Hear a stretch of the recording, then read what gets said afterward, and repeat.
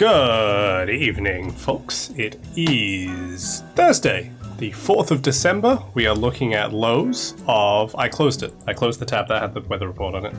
How did I close it? Oh no, wait, there it is. For whatever reason, Firefox opens up its private tabs as a separate little taskbar icon, rather than just keeping it the same as everyone else does. Anyway, 6 degrees, up to a high of 9 over in Pacific WA. I don't know where WA is. WA, USA. WA, USA. Washington? Washington. Pacific Washington, USA, because that sounds like peace and paz. And we're doing a peace run. Well, we're doing a flawed peace run. It's like a peace run, except I have to kill one character at the end. This is the wrong overlay. So yeah, this will be a very short stream. I want to just speed through it and like, what's the word? I want to speed through it and not pay attention to anything. There may be some differing dialogue. I don't know if there will be, and I, to be honest, don't really care. What if I just run away from every fight? The only thing that fights give me is gold. I don't particularly need gold. And it's faster for me to escape every fight than it is for me to fight and mercy every fight. And it still doesn't kill anybody if I just run away. So that is technically very, very pacifist. I'm a good boy. We're gonna... Yeah, this is working out well. Okay. I also found out that this is an auto run setting, so I can run around everywhere without having to hold the sprint button. Which I wish I'd known this earlier, because it would have saved me a lot of trouble holding down shift. Now I can just use the arrow keys. Feels very smooth. Where does this go again? Oh yeah, it's the pile of bullet-shaped pebbles. We'll take them. Not that we really need them, but we can have them anyway. Just in case, you know? I don't think they affect the damage that your soul deals, so doesn't particularly matter if we have them or not. Oh, I should grab that candy corn just for health reasons.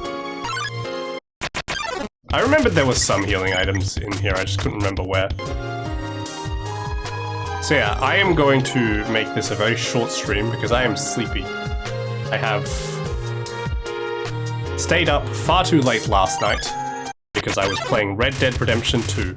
I blame this game and YouTube for showing me Red Dead Redemption 2 videos, but I blame this game for giving me a cowboy hat, because it has given me the spirit of being a cowboy again, and now I want to play Red Dead again. And I forgot just how nice that game is. I managed to sort out some of my settings so that the aiming wasn't as bad for me this time as well, and I could actually shoot things. But I forgot, first of all, how pretty that game is, but just how atmospheric it is. I love the environments of that game so much. Raw rim. Oh yeah, it's you. I love how the world is built. I love how the NPCs behave. The NPCs in that game, there's so many of them. It's so dense. And all the NPCs like walk around, they say hi to you. You get greeted by them, they say hello. And you can say hello back, and I feel like I'm in a city, doing city things. I have to admit, this is mainly because I've been hanging around Saint-Denis again. I really like Saint-Denis. Saint-Denis, I feel like, is an underrated part of the game. Kind of wish I could just stay in Saint-Denis forever. Just because the city feels so alive. Which is weird to say, because that's not what really people tend to think about with cities. They tend to think of smog and pollution and rot and decay. But it's so nice. Ow. It feels so real. Oh, I shouldn't have tried to shoot him. Ow!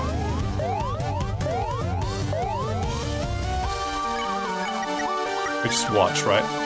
There we go. Hush Puppy. Ah! Oh yeah, I didn't update my game, so it's still the release version that's hard as hell.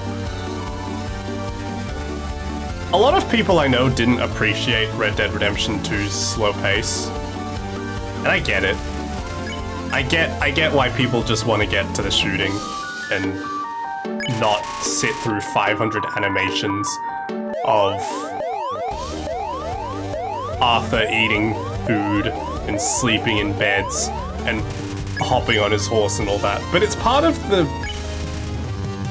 the immersion, the experience, you know? It's why I really wish that Red Dead Online went further. Just being able to sit there and enjoy the digital nature. There we go, mission accomplished. Enjoy the digital nature and the slowness and stillness of the American West. Being able to see all that was really cool. And I feel like Rockstar really appreciated being able to immerse yourself in that and fully soak in the world. Oh, I haven't died once. He's complimenting me on that. Thanks, Flowey.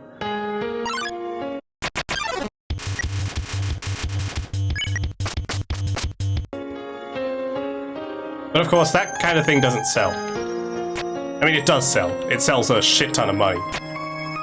But then you can't keep milking that for GTA Online bucks. For trillions and trillions of dollars, like they did with GTA Online. So they abandoned Red Dead Online, and now there's no content for it. It's not worth playing. There probably is some content worth playing, but it's not enough to draw me back into it. And because of the whole we need to sell shark cards to make money thing. But what are they called in GTA, in Red Dead Online? I think they're called gold bars. I think that's what the premium currency is. Because of the need to sell gold bars, everything takes 10 times longer than it needs to. And it's just a pain. A rock. Hello, Bat. We're gonna say hi to the Bat again. Hello, Batty. He's asleep. I'll be honest, I don't remember what this part of the game was like. It was last year. It was all in the past. It's Dalv, the Adventure Time looking vampire guy. And I don't remember the rest. We fight him. He gets scared because we're intimidating, I suppose? Or because, I don't know, because we exist too close to him. Can I take the corn on the cobweb? Oh wait, no, it's just there for a pun. I forgot about that. The corn on the cobweb. There was, speaking of corn dogs here, there was a big copyright dispute thing regarding this game. And the guy who maybe owns the... I don't understand exactly how it works. I think he's a representative of the company that technically owns or manages the copyright for Undertale. Sebastian Wolf, which is a hilarious name, by the way. Because he like threatened legal action or something against the creators of this game, and the creators of this game were like, no, we got permission to make it. What?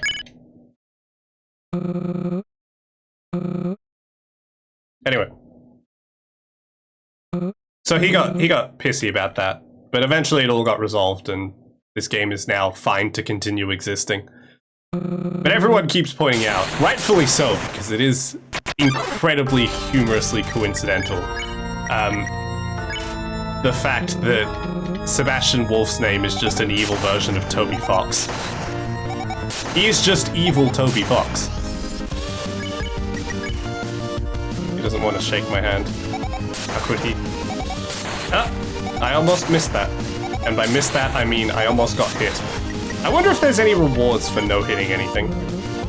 I don't think I can, as in I don't think I'm good enough to no-hit any of this.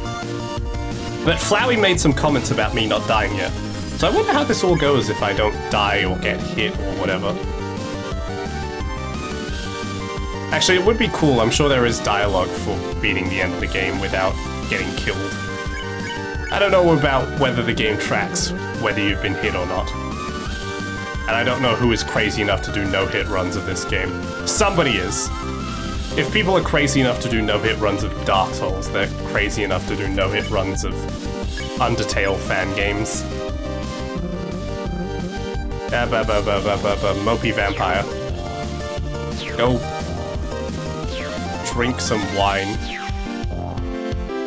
Be mopey somewhere else. Go to Twilight. I kind of want to watch Twilight. I read it back in the day, just to see what all the fuss was about. Didn't like it, because it was trendy at the time to hate it, but also because I read it and I simply was not interested. But it was funny. It was funny to see all the memes about it. In retrospect, though, it'll be interesting to see how well it's aged, or how poorly it's aged. Some things have aged better than others. I don't know how well Twilight's aged. I feel like Hunger Games has actually aged pretty well. I caught, like, the end of... Oops. I caught the end of it on TV the other day. The end of, what's the last one? Mockingjay? Is that the last one, or is it... I think Mockingjay is the last one. I can't remember. The last movie in the series where Katniss does things. But I caught the end of that the other day. I was like, yeah, this is actually still pretty interesting. I like it. Anyway. Battle done. I'm hoping that we can speed through this entire game. Just... no deaths. No paying attention to any of their conversations. We just run around. We, I forgot he walks off into his room. I only just now realized he gets changed. His clothes change between going, thank you for the sponge cake. I only just noticed that his clothes change between areas. His cloak opens up to reveal his fancy blouse, I suppose. I don't know, I kind of liked the cloak. It was very mysterious, very... Styx Boatman. Styx Boatman sounds like a Death Stranding character. Maybe I should play Death Stranding. Stop talking. Shut up, nerd. Good job. Over. Bye. I forgot that he just leaves behind us. It's kind of weird. Death Stranding seems like a hard game. Seems like a lot of walking. Walking makes me tired. I'm tired right now. I'm sleepy. Did I mention that I was sleepy? I think it might not have sunk in yet. I went to bed and fell asleep at like 2 AM. So I only slept like 6 hours, which by student or overly hard worker standards is not a very long time. But I am a very sleepy boy who requires 8 hours minimum. No, 8 hours kind of sucks. 9 hours, 10 hours ideally. 13. 13 hours sleep. Damn it, I couldn't escape the igloo. How did I fail to run away from an igloo? I don't think I articulated it properly when I first talked about this game, but I really do like the character designs for the generic monsters. I think they did a really good job with those. I'm gonna put the best ammo into my gun just in case. Not really for any particular reason, but just in case it somehow deals more damage during the final segments. Goodbye. The only thing I get from these encounters is money, and I don't need money, so just move on. Hello, Martlet. I got a glass full of Coke here. very fancy. I've got my pinky out. Good job, Bartlett.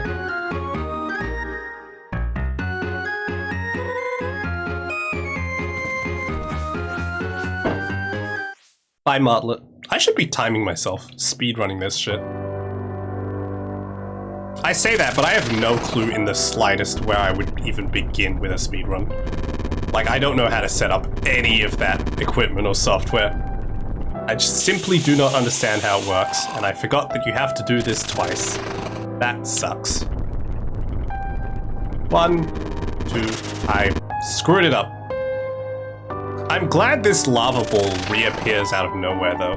That's very helpful. Bum, bum, ba-da, bum, bum.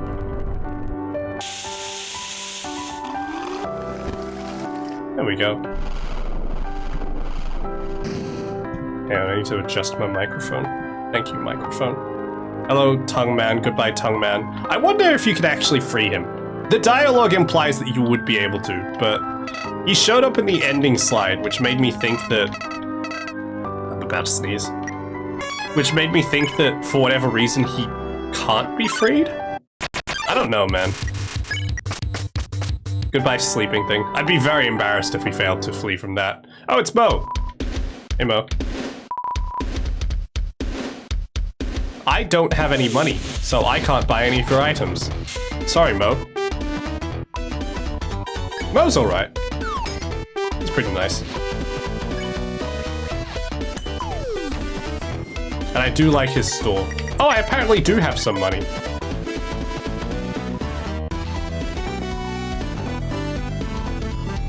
Bye, Mo. Thanks, Mo. Alright, I want to go back this way because I can't remember what's over here. Oh, it's this guy. Man with the book. Proverbs. What?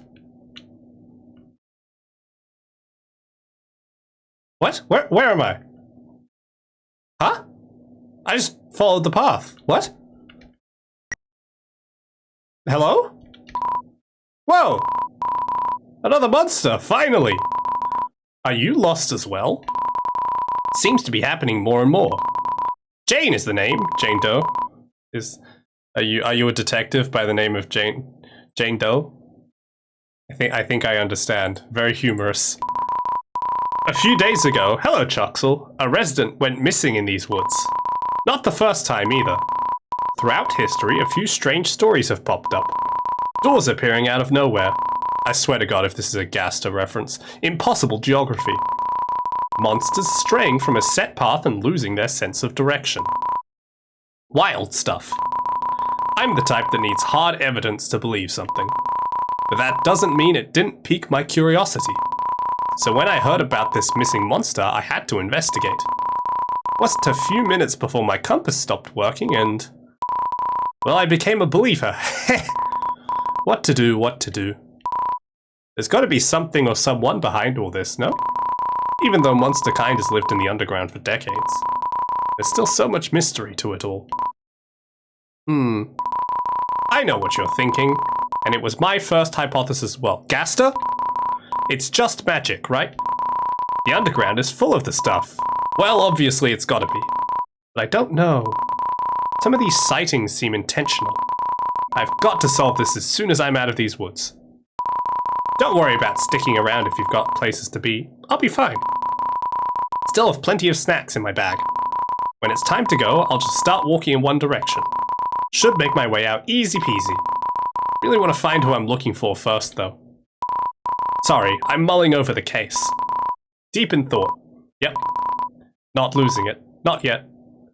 Sage just started streaming. I can't believe you have to make a choice. Think carefully. This'll become a telltale butterfly effect. What's the other word? Branching narrative path. It'll come up with a little thing in the top right corner, or top left corner, that says, I will remember. What do you mean, Cheems? Why'd you do that? That's cruel. Alright. This is how I'll decide. Well, I'm Cheems now. I hope you're pleased with yourself. So, how did I end up there? That did not happen on my first playthrough. Goodbye, Insomnitot. No, I got stuck with Insomnitot. How did I fail to flee from a monster who's asleep? Or almost asleep? Twice! How did any of us end up here? I don't know. Cosmic coincidence? I was more specifically referring to the fact, though, that I took a loading zone and ended up in the wrong spot. So I'm gonna keep trying now.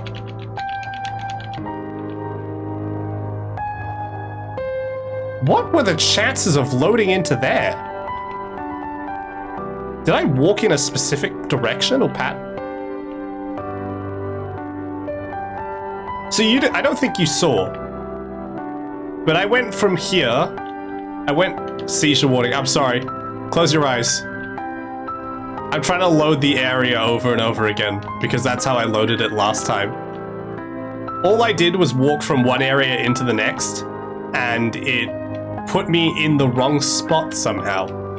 Surely on purpose. Surely as an Easter egg. Which I love, by the way. I love the idea of that. That's fantastic. But now I just want it to trigger again. Bring it back. Show me more secret rooms. One would expect. One does not simply...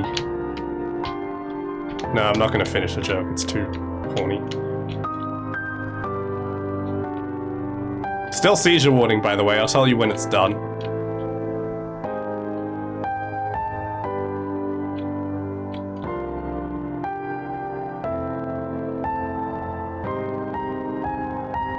Alright. I think I can give up on trying it here. But I will try it in the next area, so seizure warning continues. One does not simply cheems after an emotional character death. We've only had one emotional character death so far, and that was us. Although we will be killing the Fox Mother on this route. So, sorry Fox Mom. Alright, I think I got really lucky. That was a 1 in a trillion chance. And you didn't cheems then, and I will not cheems this time either. Ah, enemy. Actually, now I'm curious. Hello, Buff Wolf. I want to see... We're gonna keep doing this, by the way. I want to see on the wiki if somebody's recorded it. I'm sure they have, but I'm curious as to the extent of that Easter egg.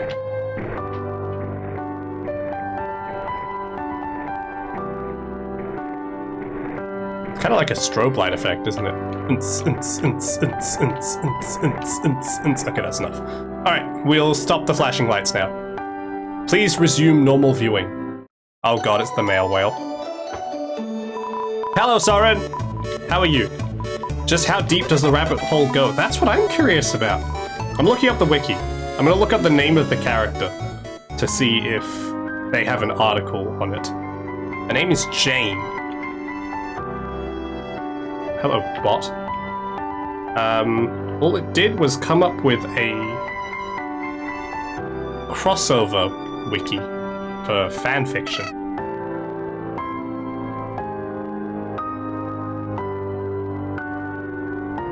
Okay. Reddit tells me that, yeah, it's probably just an Easter egg. I don't know if there's a wiki page on it yet, because I didn't actually check the wiki. But it's definitely a fun event. As in the Undertale meaning of fun, of secret integers, etc. Secret Gaster events and all that.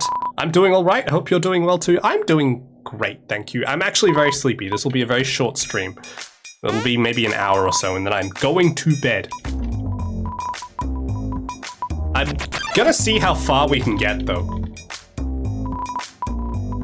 Because I'm going fast. Oh shit, I forgot I have to play this game. What happens if I fail this game? Oh, I guess it just plays again. Okay, never mind. Yeah, I'm picking up what you're putting down. Let's go. Play the ball game, everyone. Left one. 10 PM, sleep calls, indeed. That's my bedtime. Alright, the Cheems is over. You have received your Cheems. That is the wrong thing that I hid. There we go. East Australia for the win. Eastern Australian time zones. The only relevant Australian time zone. I wasn't paying attention. Shit.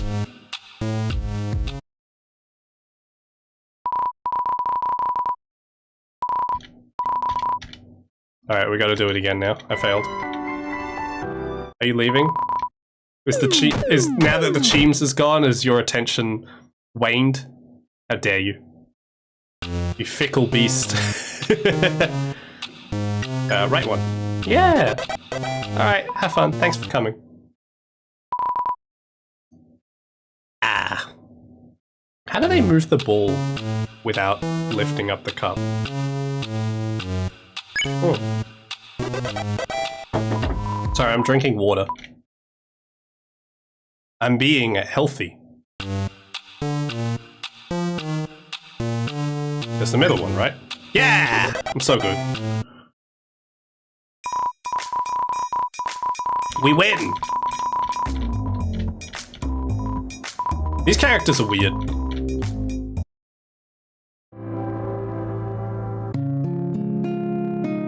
But we made it to where we need to be. I don't think we actually need to make any conversation with any of these characters, so we're just gonna maybe buy some things and then skip town.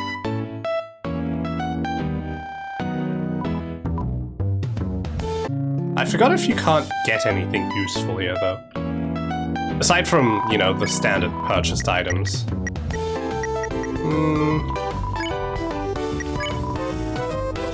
No, I don't think. I feel like I remember there being a collectible item that would help me. But maybe I was wrong about that, I can't recall. Chujin and Martlet. Hey, remember Chujin? Child murderer. Or theoretical child murderer. Not an actual one, unfortunately. The only person who murders children here is us. Is it still murder if it's yourself? Yeah, there's no items here. I forgot. Okay, back we go. Man, this reminds me of onsens. I want to go back into an onsen. I went into one the first time I went to Japan. And I told myself, because it was so nice, I told myself that one day I would go again into an onsen. I have not done that yet, because when I last went to Japan, back on holiday, I got nervous and I decided I didn't want to try and speak Japanese to more people and have some awkward conversation trying to figure out how to get access to the onsen and all that. So I did not. I just decided, nah, it's fine. I'll be fine without a bath. I'll just take showers in the hotel room, it's fine. Hello, Trihector. Goodbye, Trihector. I do like those character designs. Again, this is like the 4th time I've said it ever. The monster design in this game for the enemies is quite good. I do like it a lot. My coffee bean ammo now. My gun now smells good. It is a toy gun, right? It's just that whole Undertale thing, though, of if humans believe hard enough, they can make it into, like, it has real damage. That's the thing. I think that's how that works. How did Martlet pick up flaming hot lava balls? Can she hold that? That seems unsafe. Oh, I oversped it. Whoopsies. Blank. I can't just do these first try, can I? I have to screw up at least once on every single one. It's mandatory at this point. There we go. That's better. The sprite looks like a Minecraft fire charge. You know, I've been thinking that the entire time and it just never registered as a conscious thought. I was like, in my mind, through every time I saw that sprite, I thought of something and I didn't know what. It just looked vaguely familiar. It was pinging something in my brain. But yes, you were entirely correct. It does look exactly like that. Anyway, I think now is the Martlet fight. Hello, Martlet. I am off-center, which is a bit strange. So you're going to be looking slightly away from me, but that's fine. Fight time? Fight time? She has not walked into the correct position because I am in the wrong position. Here we go. I forgot how nice her battle sprite is, actually. I like her battle sprite a lot more than her overworld sprite. Although the same could be said of actually most of them. I think one of my complaints early on was that... Not early on, one of my complaints at the end of my first run was that a lot of the overworld sprites are kind of too cutesy. They look too nice. Undertale's overworld sprites are ugly. Somewhat deliberately so. But like, look at Sans, he's a horrifying creature. But he's iconically horrifying, you know? So the fact that all these characters look pretty and baby-eyed, it's a bit off-putting.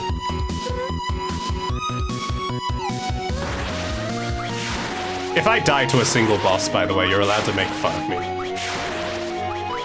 This is my second run, so I should be good on everything. Up until we see content that we haven't seen yet. Whee. Dodged, baby. I think I also didn't mention it in my feedback, but the battle design is quite good. I like the designs of the attacks, even though the difficulty is a bit unbalanced. That said, I can't really criticize that considering I'm deliberately playing an unpatched version of the game. Ow. Oh god, please don't. No! I died. It bounced in to the left. Impressive? What if I hit continue? Does that still count as a... Welcome back.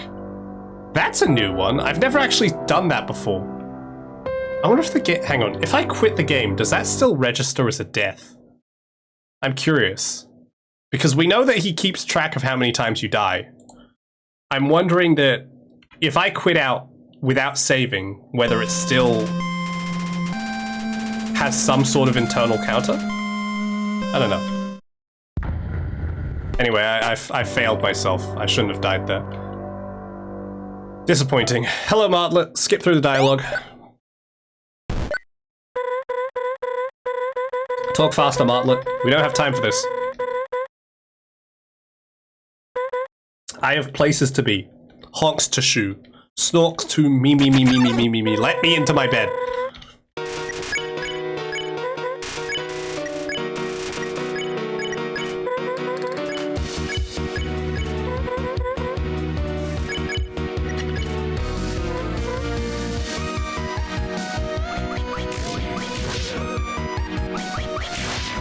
At least these attacks are nice and easy to dodge. Ow. I shouldn't have opened my fat mouth.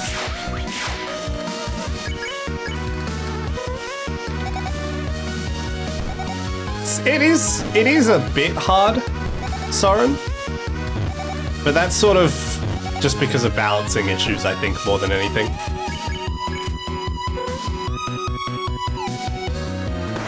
And I only have myself to blame. Man, the lock-on time on that is ages. Gives you forever to move out of the way.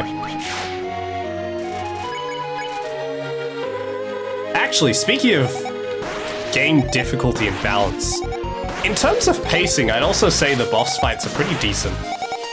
I never really felt that any of the boss fights went on for too long, perhaps with the exception of the final one in the pacifist route.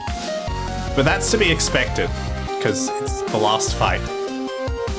Like, none of them are really too long, none of them are too short. You can sort of get a feel of how long they should last.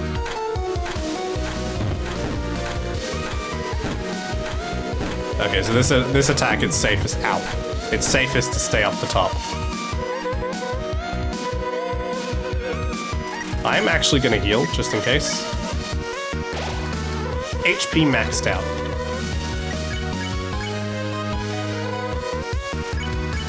Oh yeah, we get to insult her. Whoa, world revolving.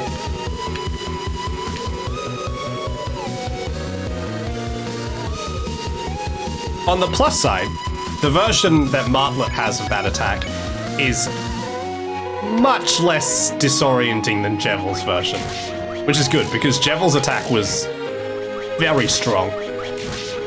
Actually, I'm curious as to how much this game took inspiration from Deltarune. Obviously, the Deltarune chapters have been out for a while, but this game was also in development for a long-ass time. So I wonder how much of that input they actually got to take. Hello, Martlet. Well, we've made it out of Snowden within less than an hour, which is great. We're making excellent time. And we saw an Easter egg. I mean...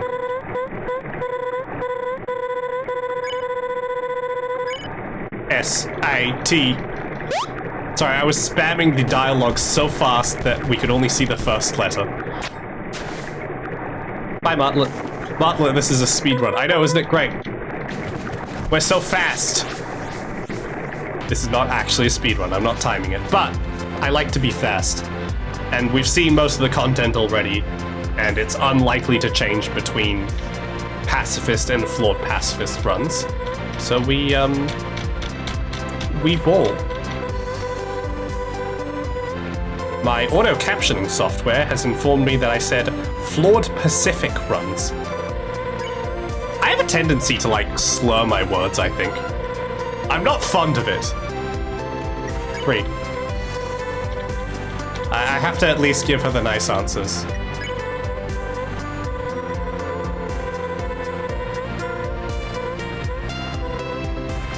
There we go. Yeah, but that I can't tell if that's a function of me not liking my own voice, as everyone, you know, does, or whether I genuinely have a tendency to slur a little bit. I think it's more the latter. I need to enunciate my words, otherwise they start merging into one. I get lazy and they merge into one big word. One long sentence, one big word where none of the syllables stand out.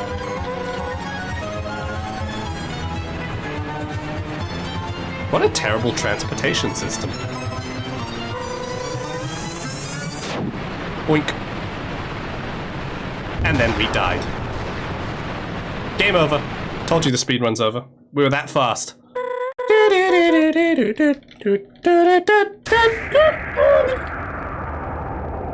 Shouldn't have tried drinking water in the middle of that. What a very resilient child. Yoink. Trail mix. Thank you, bird. I hoped enabling captions would force me to pronounce things correctly. In practice, I forgot it existed and spoke like an esche anyway. Esche!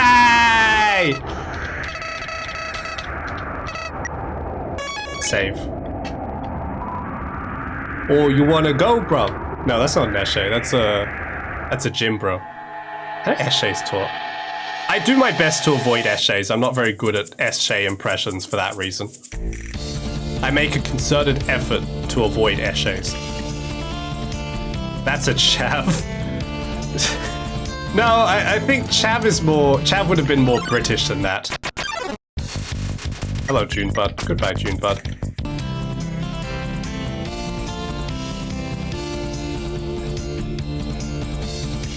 I just realized we don't actually need to interact with any of the male whale stuff.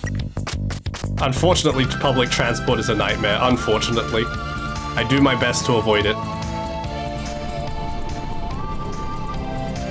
I will walk when I can.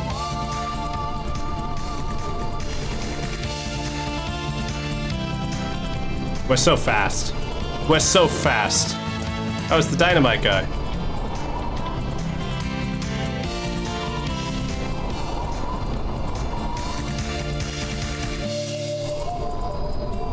Speedy child, yeah. The child is fast. The child needs to speedrun the underground. The child doesn't have time for your shit. We have a fox mother to murder.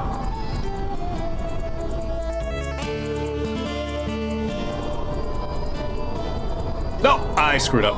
I shouldn't have walked out there. Ah. I wonder what the rest of the fun events are. It might take some time for people to catalog them, but I am interested in seeing them eventually. I'm happy they exist as well. I didn't realize until this stream that they existed, but I am happy that they do. Also, that man's sprite is very funny. You know what? I'm gonna keep it on just for him. Haste! I cast Haste. We are a Final Fantasy character. Speaking of Final Fantasy characters, when I played Final Fantasy, I was a kid, you know? Like I was a 6-year-old playing Final Fantasy. I didn't understand the concept of strategizing or like playing, and I don't want to say I didn't have fun. Was I speedy? I mean, I suppose. I don't want to say I didn't have fun, but I definitely did not understand the concept of the game properly. I think I got decently far through the game. I never finished it, obviously. But it makes me wonder that if I ever reapproached any kind of JRPG or RPG or turn-based RPG or anything like that nowadays, how would it differ? Would I have a better time with it? Well, maybe I just don't like turn-based games. I don't know. I played Pokemon like everyone else. I wasn't good at it.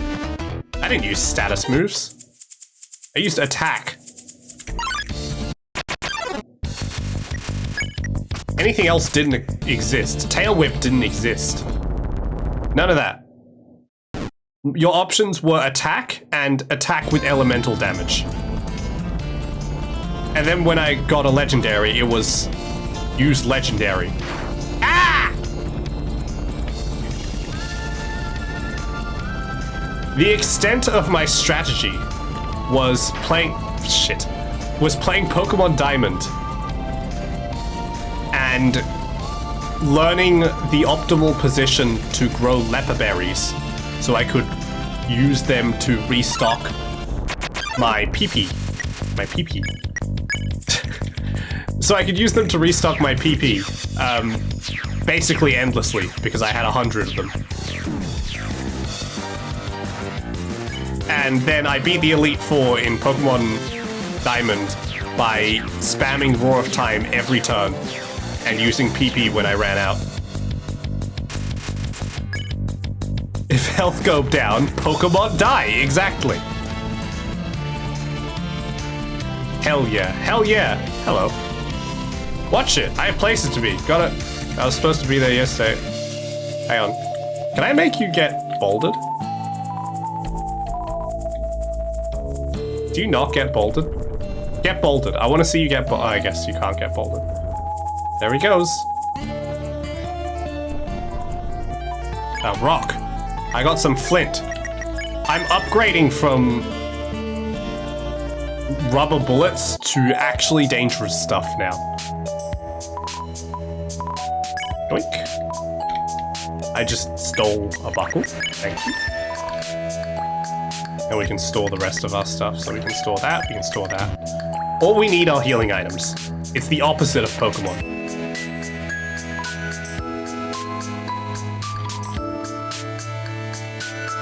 I don't need attacks, I only need heals. Yeah, I don't understand turn-based RPGs. Maybe one day I'll play Final Fantasy or something.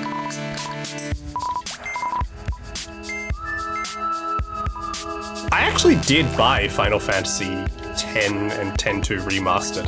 I owned them on Steam. I played them for like 5 minutes, then did not continue playing them. I ought to. Maybe even on stream, but they seem like really, really long games, and I have gotten stuck into way too many long games already. So it's interesting. But I like the idea. The last turn-based RPG I played that I actually finished was Hyperdimension Neptunia Rebirth 1. It's probably the only RPG I've ever properly finished, because I 100%ed it. And it wasn't exactly the most difficult. Alright, let's answer the 3 questions correctly. One try. Question 1. Who is the current royal scientist? Choose one. It's Alfie's. Question 2. What is the monster food made out of? Is it magic? Okay, it is magic. Cool. Final question. How many more souls does Asgore need to shatter the barrier? 2. Lovely. You really know your stuff. Here's my pick, as promised. Holy shit, I got an actual pickaxe. What the hell? Info. A sturdy pickaxe. Don't worry about returning it. I'll just mine with my hands. Oh, at least he is a diligent worker.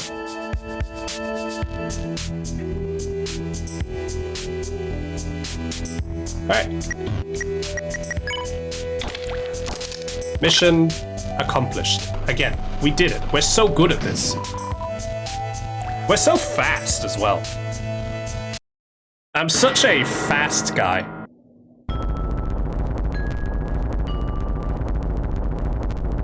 You can get another pickaxe as a tax write-off, it's fine. Yeah, it's a work expense.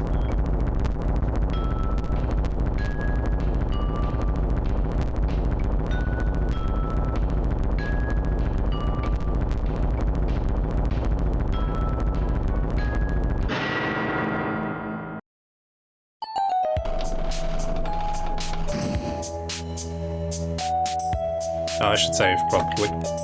I was totally looking at my phone. It was an elevator ride. We must be immersed in the elevator ride by not paying attention to it, just like in real life. A bowl. Goodbye, bowl. Get it? Because it's a bull made of china. A bull in a china shop. Uh-oh. They weren't meant to bounce off each other like that. In fact, I didn't... Oh, they bounced off the tile that I forgot to change. Whoopsie. Oh. I'm pretty sure this is illegal. I don't think you're allowed to let a child do this kind of work anymore. I think it was banned in like the 1800s. Maybe the 1900s. I don't actually know my history that well. Either way, pretty sure it's illegal. I don't think you're allowed to do that. We're gonna give this guy back his helmet because it's the right thing to do. Enjoy, sir. You're welcome.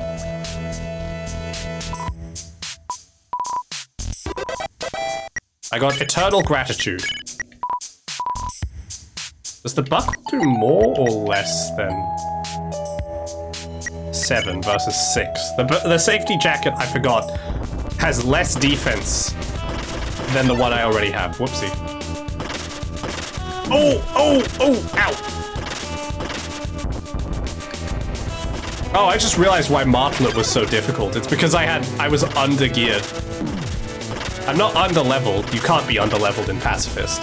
But I was definitely under-geared. I should have had the more expensive protection.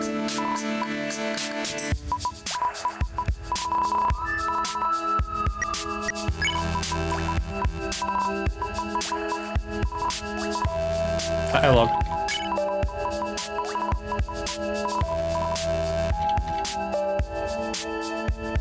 Alright, cool. We're actually speeding through this really fast. It's amazing how quickly you can go when you entirely skip the narrative. Minecart. This is definitely a safety violation. I don't think you're ever allowed to ride in minecarts. They look like you wouldn't be allowed to ride in them. But it is pretty. At least we get that.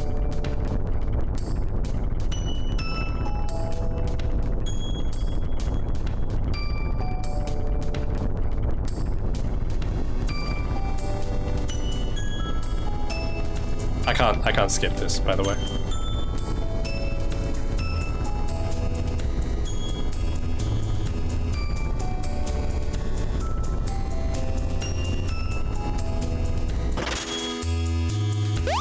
We're free. Hello. Goodbye. Puzzle time. This game disrespects the speedrun, doesn't it just? It's so cruel to me. Sorry? Waltz, could you say that again in English, please?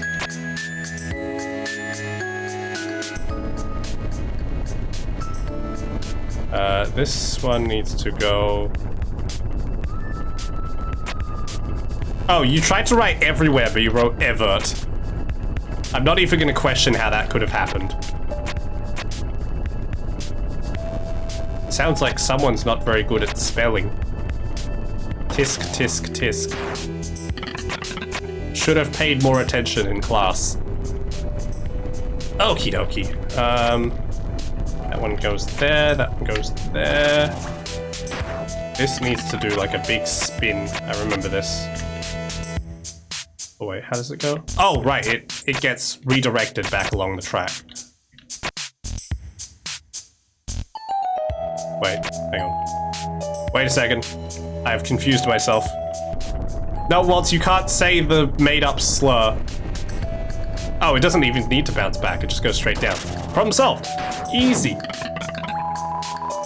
I'm gonna look that word up. I know it's a made-up slur, but I'm starting to think that it's also a real slur. No, it's not.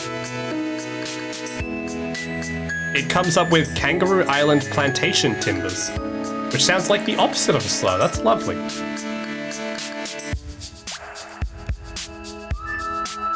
Anyway, quiet, dark hair. Hello, man with rock.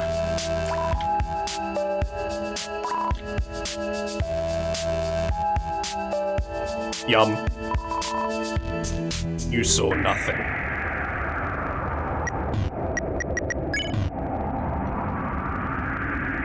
Alright. This is going fantastically, by the way.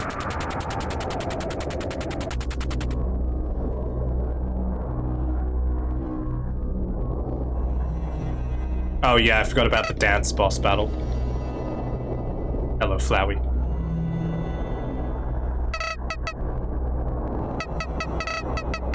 Dialogue, dialogue, dialogue, dialogue, dialogue, boss monster, dialogue, lore, save, dialogue, boss monster. Skip. Time to get a groove on. Apparently so. Whether I want to or not. Oh, it's the rock machines. I forgot these are here. I do like that touch. That is amusing. And you can also see how detailed the sprite work is. God damn, look at that. Look at that dithering. That conveyor belt looks beautiful. Love it. I still haven't fixed the weather bot, by the way. It still reports the wrong Vegas. I'm not gonna fix it until it gives me another report for that location, though, so. Second time today I hear the word dithering. Well, now it's the third. Congratulations. Hello, luchador. I don't remember your name, but you are a luchador. Dance time.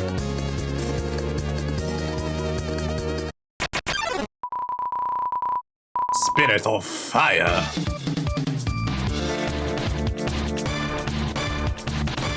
I forgot it's Guitar Hero. El Bailador. Dance party ending. You never know. Maybe it will be the dance party ending. Ow. Okay, if you press off beat, it hurts you.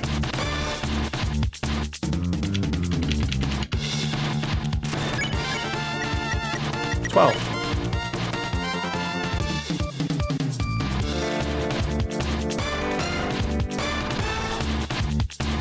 It's him. It's El Ratio. The Kate moves so well. He does move well. I'm still upset that the music is offbeat, though.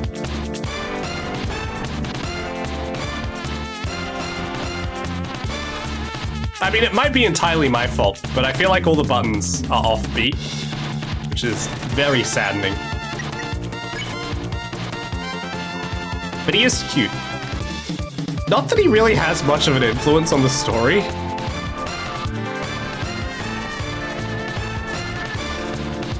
He just sort of exists to hinder you in one way, and then shows up later as,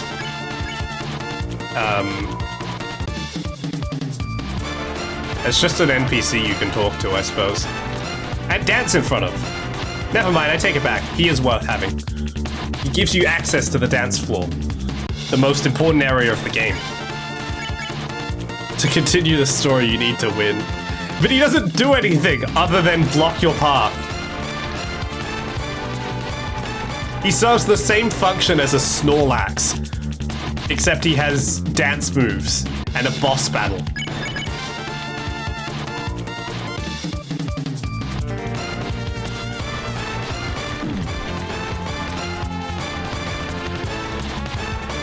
It's still hard, by the way. He's slay. He's serving. Clover does not canonically die from having dance moves. Clover canonically dies by just deciding to die.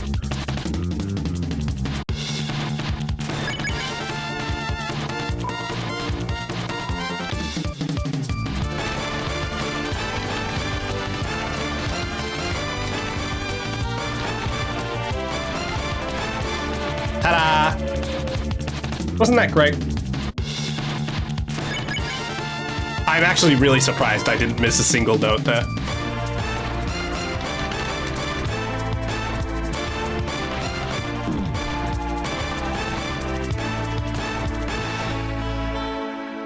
And I'm surprised I only missed one note there. Dame Edna glasses looking. What a comparison to make.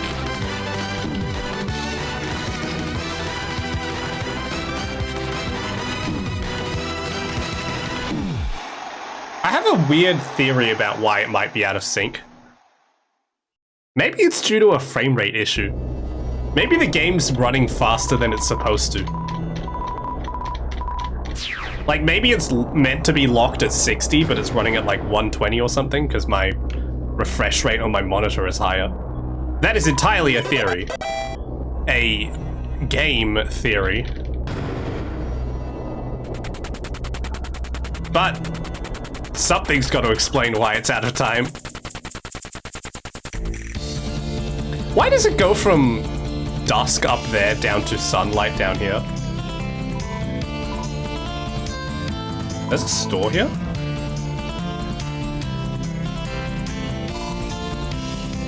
Oh, they cleared out the rubble. Hello, I don't remember you. We've got a blowout sale going on. It may look like we're almost sold out, but quite the contrary. We only ordered one stock of Bach.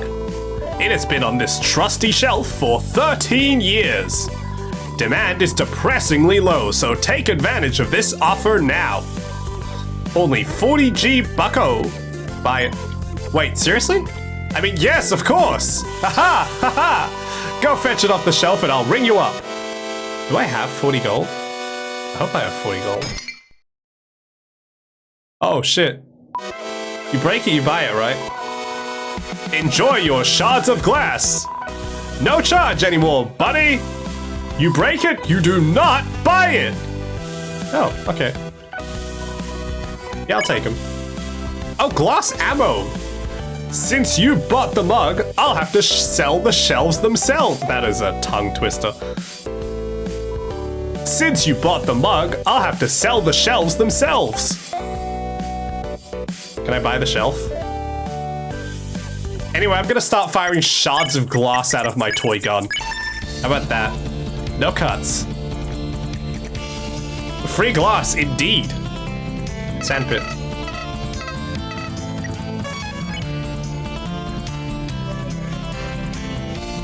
Swing. Swing. No, let me swing.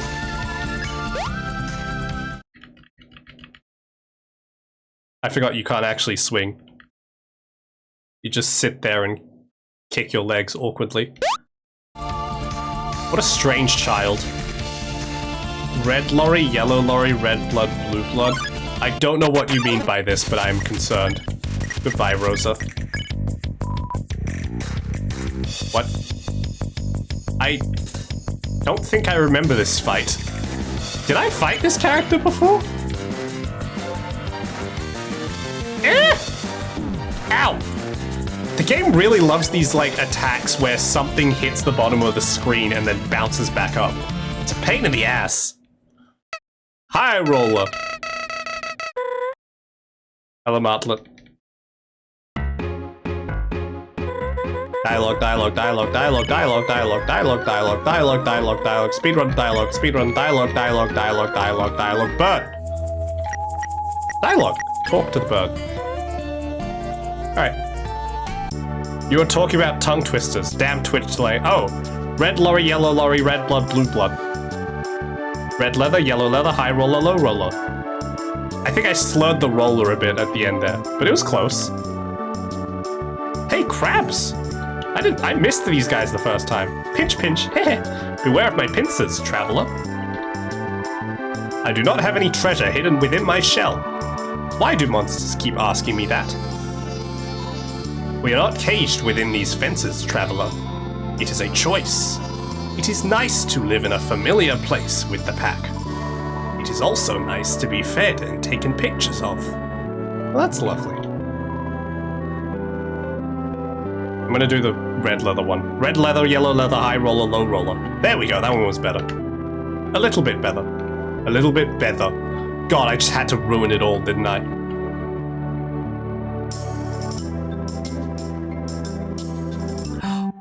I need to beat the arcade game!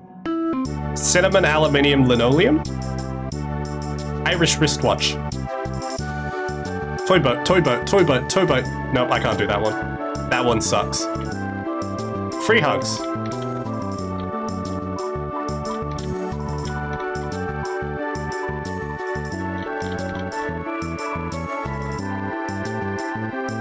The true tongue twister was existing. Maybe the true tongue twister were the friends we made along the way. There's no save point here. I wanted to save, but oh well. Game zone time. Mew Mew Kissy Cute. Mew Mew Love Blaster! Oh yeah, it's this game. I just realized this game is prepping you for the final boss fight. It has the exact same mechanics.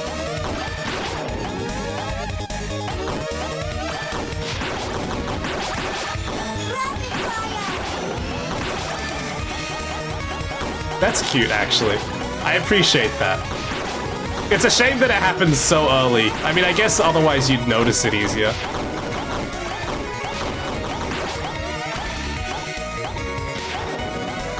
Cooks cook cupcakes quick. Cooks cook cupcakes. Wait. Cooks cook cupcakes quickly.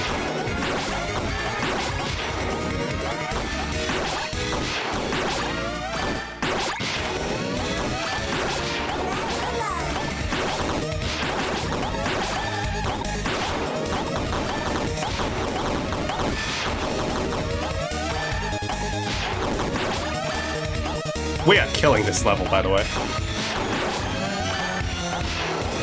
I just need to not screw up.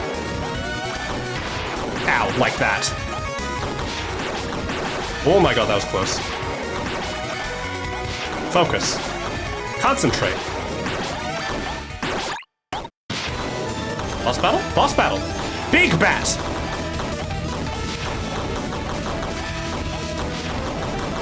With many homing attacks that you must train like it's Call of Duty Zombies, and I died. Now don't be a crook like Captain Hook and cook the crook. Damn it. Now don't be a crook like Captain Hook and cook the cook cupcakes. Where are you getting these from? How can a clam cram in a clean cream can? Now don't be a crook like Captain Hook and cook the cooked cupcakes too quickly. I had to slow down a little bit, I'm sorry. I'm a failure. Wait, I can dash. It really is just prep for the final boss fight. I broke the Captain Hook one just now. Why?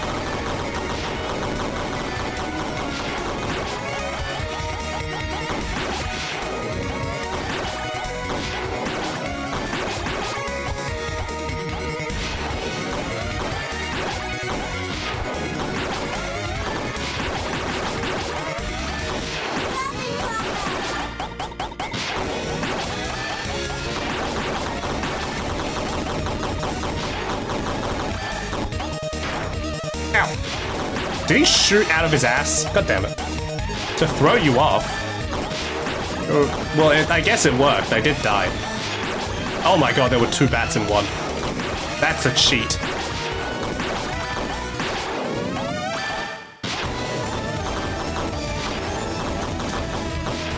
Oh my god, that's a new attack. And he's got minions! What the hell?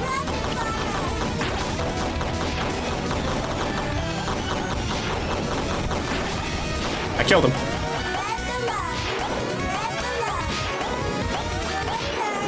I won! Yay!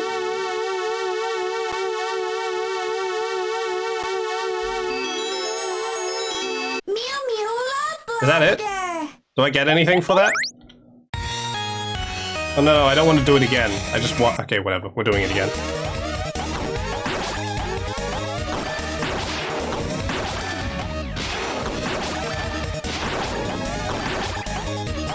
Clover actually never left this arcade. The story ends here. Labor of love? I mean, it wasn't like Undertale was made as a corporate cash grab or something. This game just had a much longer development time, I think. Ow! I just ducked straight into that shot. I shouldn't have been talking, that was my mistake.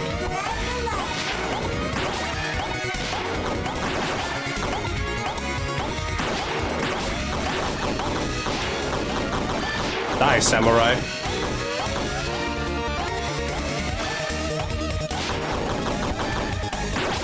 There we go, there he goes. No! Ah, that was bad.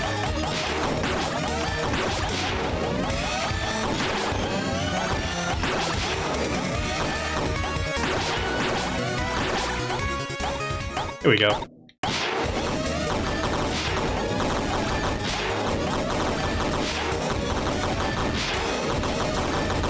Use them iframes.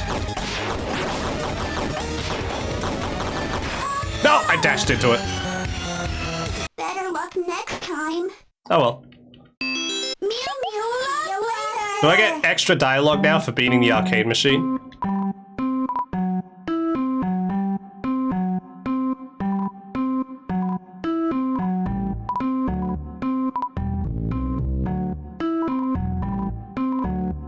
I don't think he talks about me beating the final boss. Okay. It's how a lot of fanfics are longer than their original works. It's easier to start with a base, you know? Yeah, that makes sense. Does it matter if a game was made by a indie/AAA? I mean, depends on what you're looking for. Yes? Because the AAA studio is going to have a lot more resources. Wait, I just realized. Do we never get past here? This girl boss never lets us past. Snorlax, yeah, Snorlax. Girl Cactus Snorlax. I just realized at no point does this path open up, I'm pretty sure. Maybe it does, maybe I'm just remembering wrong.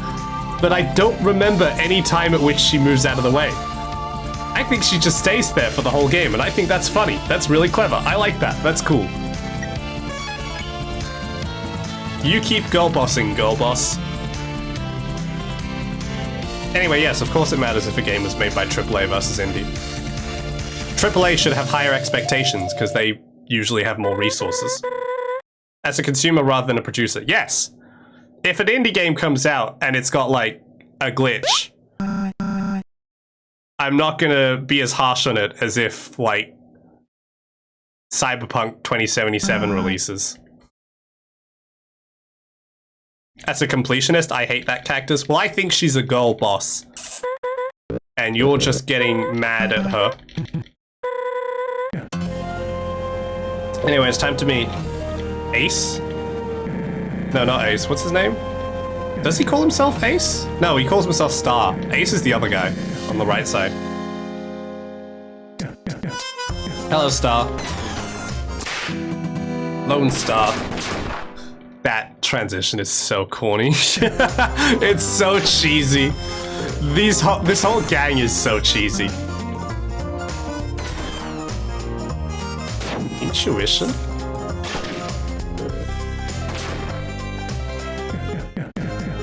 Justice, the J is silent. Anyway, I'm gonna kill your friend, just so you know. Whee! Why should we lower the standard of indie games? Would it be better to base it off project ambition? Because indie games are generally expected to have less resources available to them.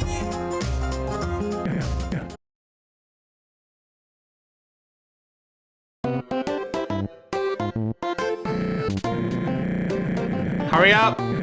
Let me skip the dialogue! You can't... You might be able to hear it. I'm mashing my keyboard as fast as I can. It's not working.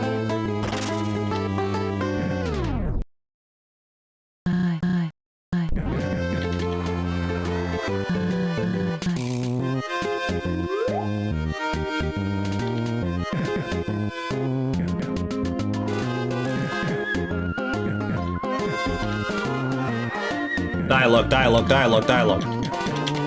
I'm trying to think of a suitable analogy for your thing, Waltz. I think it'd be effective on stuff like large open world games, but I don't think we should be comparing quality across different gameplay genres in the first place. I mean, I'm trying to think of a reasonable example.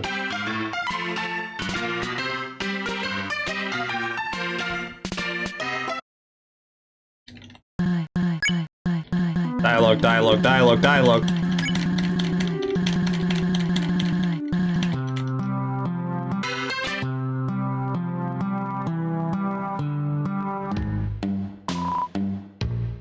Sorry, I did all this just to get to 6 shooters so we could make money. I guess it's the difference between, like, buying a hand-knitted sweater off my friend versus, like, buying a brand new set of pants off whatever clothing store of your choice is. If the sweater has like a hole or something, like sure it'll suck a little bit, but I'm not gonna get mad at my friend for it. But if the pants aren't perfect, then damn right I'm gonna get mad at the company that made the pants. That was the closest analogy I could come up with, but you should get my point. I may have screwed this up, by the way. Many such cases. No, it's fine, we can make this. Easy. You get mad at the third world children who made those pants. Yeah, but the third world children are employed by, like, Gap or whatever. So I get mad at Gap as well. And the third world children, of course.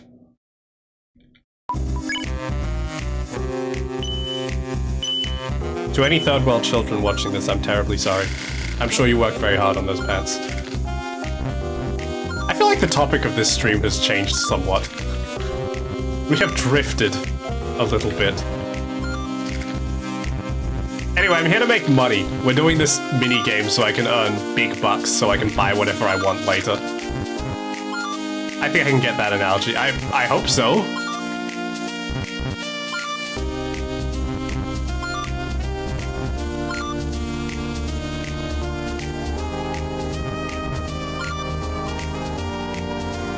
Damn it. I screwed up.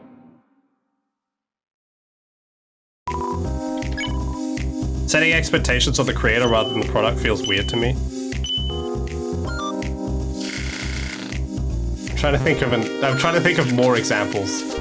It's really hard when you put me on the spot.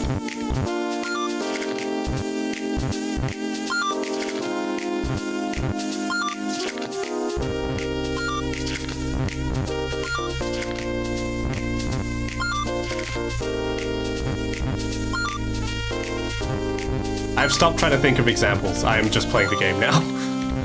This is more important. We need to make the money. What doth art? That's not grammatically... That doesn't make any sense. How dare you? Money, money, money, money. Games are creative products, though. If the game falls short, then it's a part on the creator. Yeah!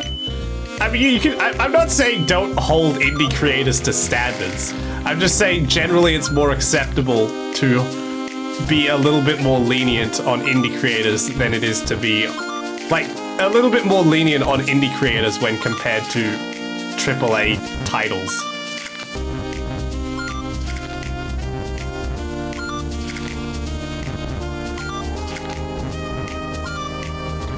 It helps also that indie games tend to be cheaper, I suppose. Uh-oh. Oops. I will remember the next time I see Yander in depth. That is not an excuse.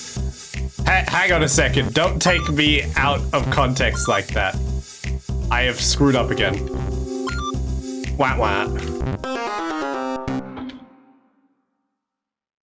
How do I explain? I don't know. I give up. My point has been mostly made. I mean, I suppose it is true that generally indie games tend to charge less. They tend to set lower expectations as well. And I think that's an important part of the equation. Indie games generally don't hype themselves up to be the next big hitter in the industry. Unless you're Sean Murray! Sorry. So we tend to give them a little bit more leniency because of that as well. Whereas with every major big budget game, it's expected to be the next coming of Christ or whatever. I keep failing this, by the way. What are we wooing about? Got cash, got money, the dough. Congratulations, that is worth wooing about, actually. Congratulations, very good. You get that bread. Unless it is illegal. So we should blame society. Yeah, let's blame society. That's always an easy fix, right? Society. Jonker. I blame society for making me gamble like this. I wouldn't be doing this if it weren't for society.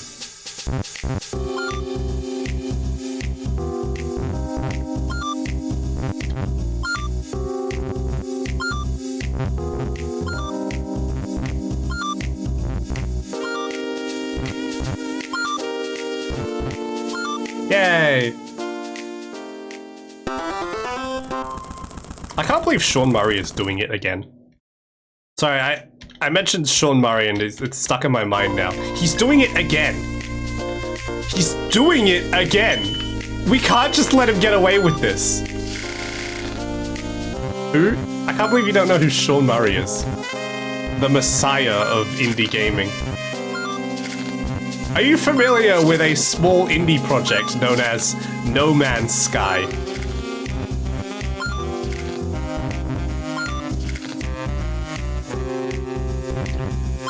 I can already feel a mess up. Was that indie? I mean, it was backed by PlayStation, but yeah, it's like a 30-man studio. It's a small studio based in, I think, England? Sean Murray, I'm pretty sure, is British.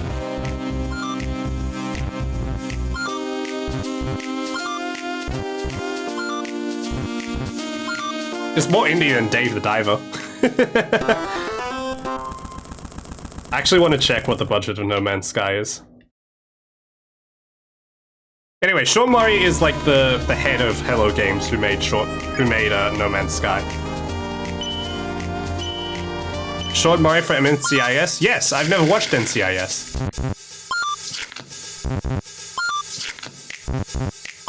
What did Sean do? Did you not, like, follow the whole No Man's Sky thing? Maybe that was a Western internet phenomenon. Wait, no, you're Filipino. Filipino is Western, right? No? Jeez. This man lives under a rock. SMH. No, I didn't follow. Hang on a second, I'm doing puzzles. Filipinos, Western, I don't believe you. Where's your cowboy hat? If you're so Western, where are your spurs? Alright, the budget of No Man's Sky was... Wikipedia isn't telling me. No Man's Sky budget.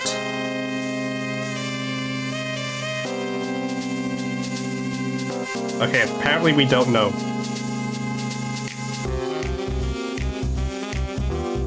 Oh, apparently its team was 10 people, not 30 people. I lent it to Clover, a likely story. Clover wouldn't borrow anything. Clover only steals. Clover's a real Western like that. Clover's a real cowboy.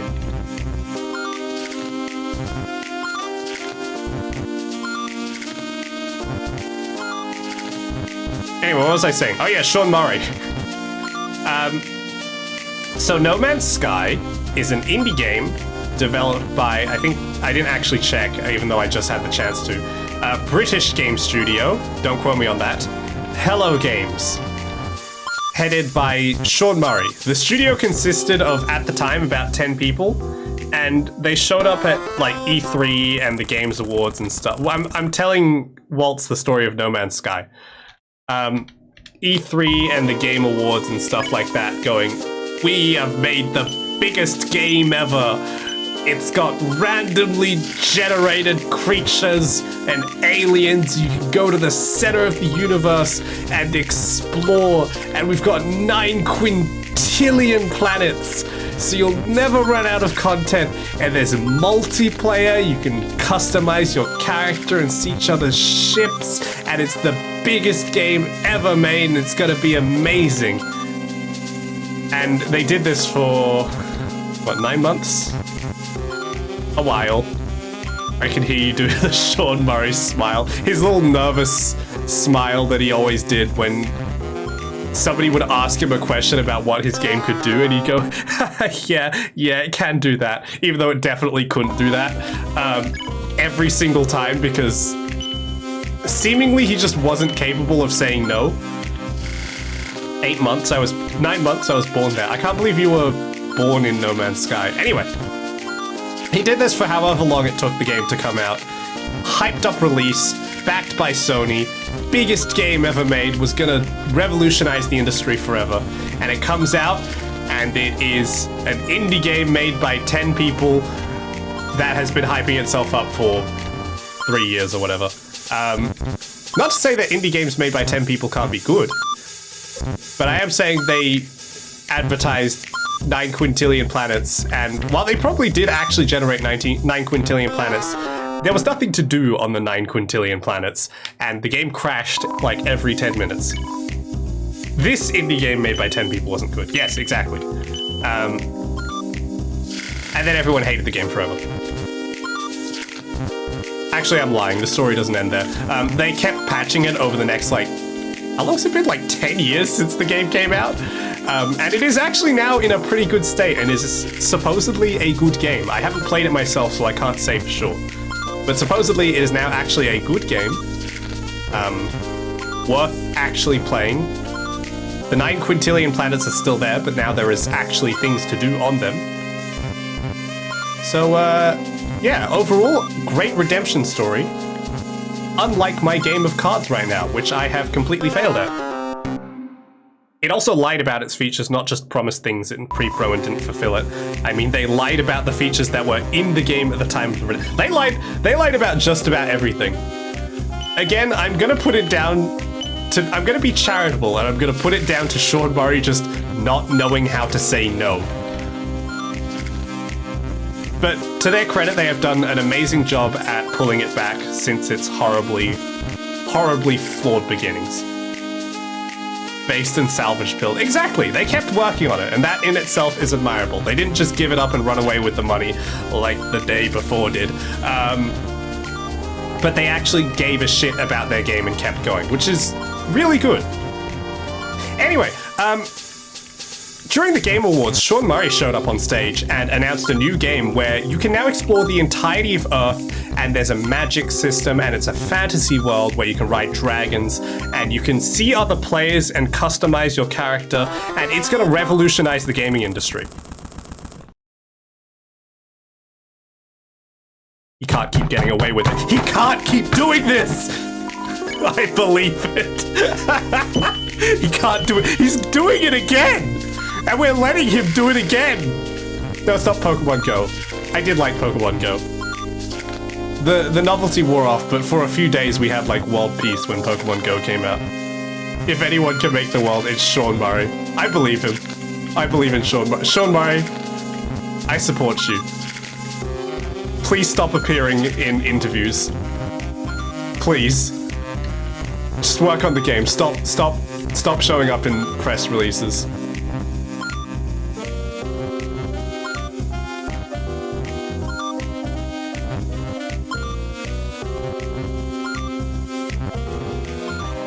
Todd Howard and Sean Murray should collab. Well, unlike Todd Howard, Sean Murray actually does deliver on the promises eventually. Todd Howard just says it just works and then releases a broken game. Pokemon Sleep is very good. I haven't tried it, actually. I wonder if I'd be any good at it.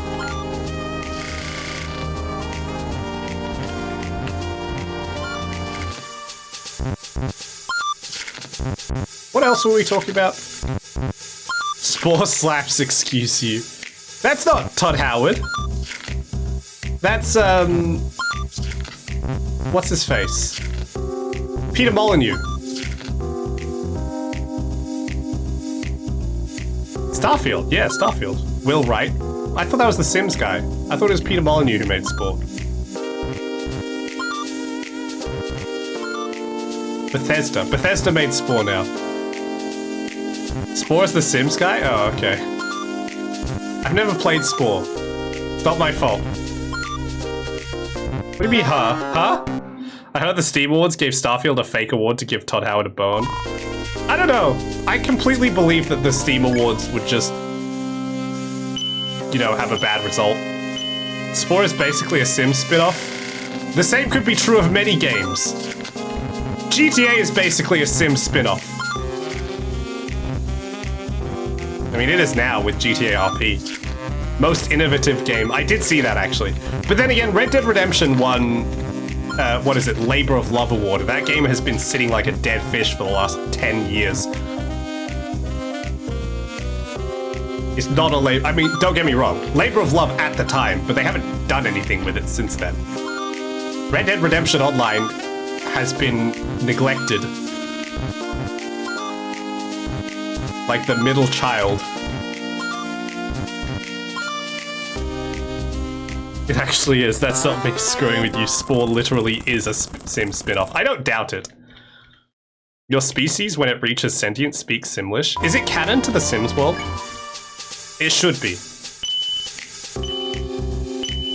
Me for real. I wish Red Dead Online got more attention. I wish it had fun things. Rockstar abandoned Red Dead Redemption Online, mostly, when it realized that it could just keep farming GTA Online for money forever. So it just sort of exists and you can't really do much in it. Spore is the Sims prologue I'm hearing. Yeah, Spore is like, from what I understand from this conversation, Spore is the science movie of The Sims. It's the evolutionary film. Until source code got leaked. Oh yeah! I forgot about that. GTA 5 source code got leaked, so now you can't play GTA 5 either. Otherwise you'll get remote injection or whatever, and your computer will die. To be fair, GTA Online's notoriously bad for security in the first place. Like, it was probably not that safe to play it even before the source code got leaked. I don't know if the source code leaking did anything to its security, to be honest. I think one of the big issues of GTA Online famously was that I think it's peer-to-peer, if I recall correctly. And not only that, like, don't get me wrong, I have no idea how networking works, so I'm kind of talking out my ass. But it would just let everyone see everyone's IP, if I remember correctly from what I heard. It was a security nightmare, basically. And, yeah.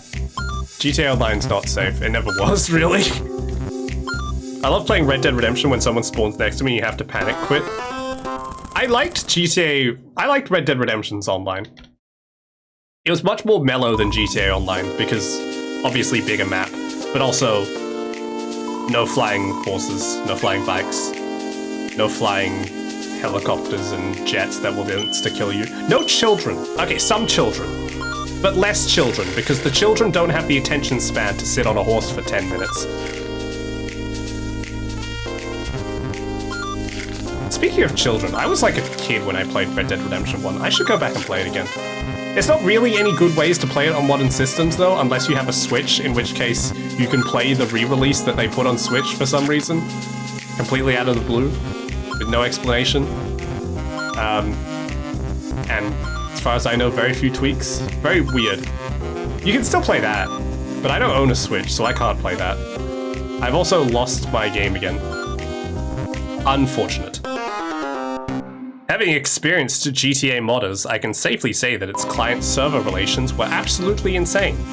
GTA 5 modders would set me on fire, and that effect continued if I switched to single-player campaign. I don't know what that means. You don't know what that means in terms of, like, peer-to-peer connection, or are you referring to something else that I said? Because I don't know what that means either, but it seems unsafe. What a hellhole. I don't know what it means technically speaking. Yeah, me neither. But my god. Shout out to modders, by the way, in GTA Online. What a ride. The funniest moments in the game come from modders, but also all the worst moments also come from modders. I think I've messed myself again. Oh well. Networking comp size shit can eat my ass. I'm not touching that with a 6-foot pole. The world is on fire. Back to Gary's mod. Yeah. Reject modernity. Return to tradition. We're going back to the dark RP, baby. Back when I first started playing GTA Online, and this was in 2013, I think, I started playing shortly after the Beach Bum update, which I think was the very first content drop for that game. Shortly when I began playing that game, first of all, there was no way of making money in that game early on easily, and leveling was a pain in the ass if you were like level 1.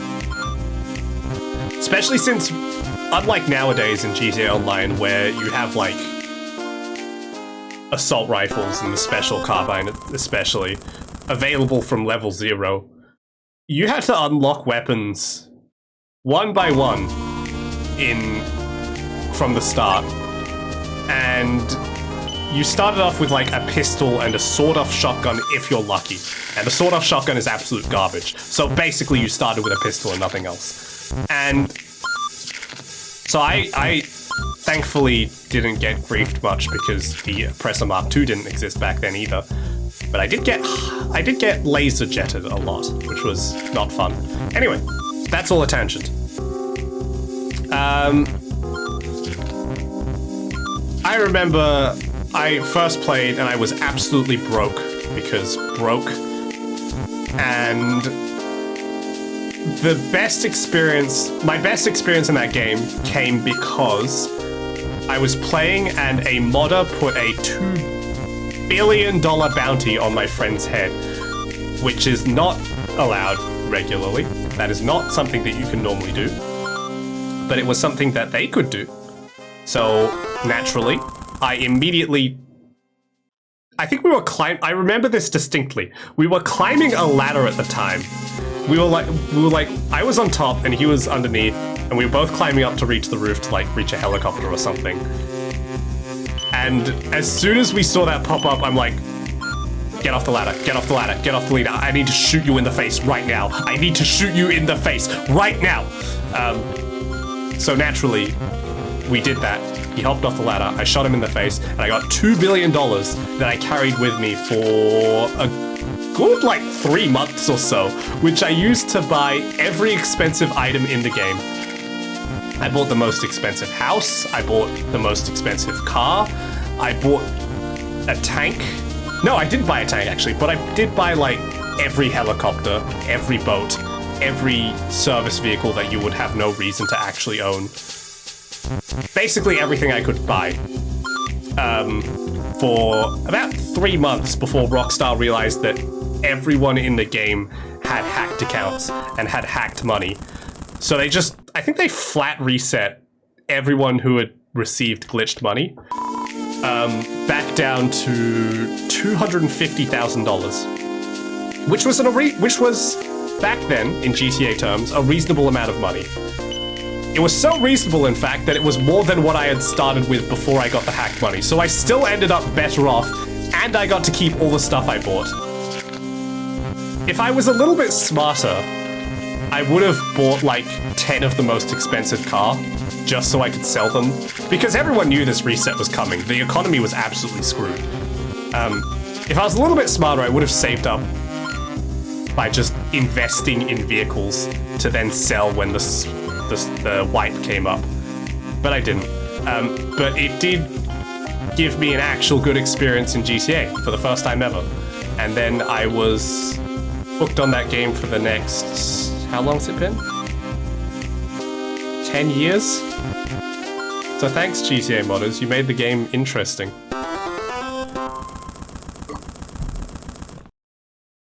Gmod had no safety issues, none that I can G-bombs. I mean, none that I can name. Sure, it's a good thing that the stock market is disabled in GTA 5. That would really unbalance the economy. Yeah, it's not like they advertised it as being something that would be available or something. Do you see the new GTA 5 gritty emote? You're lying. I wouldn't know if that existed. That doesn't exist.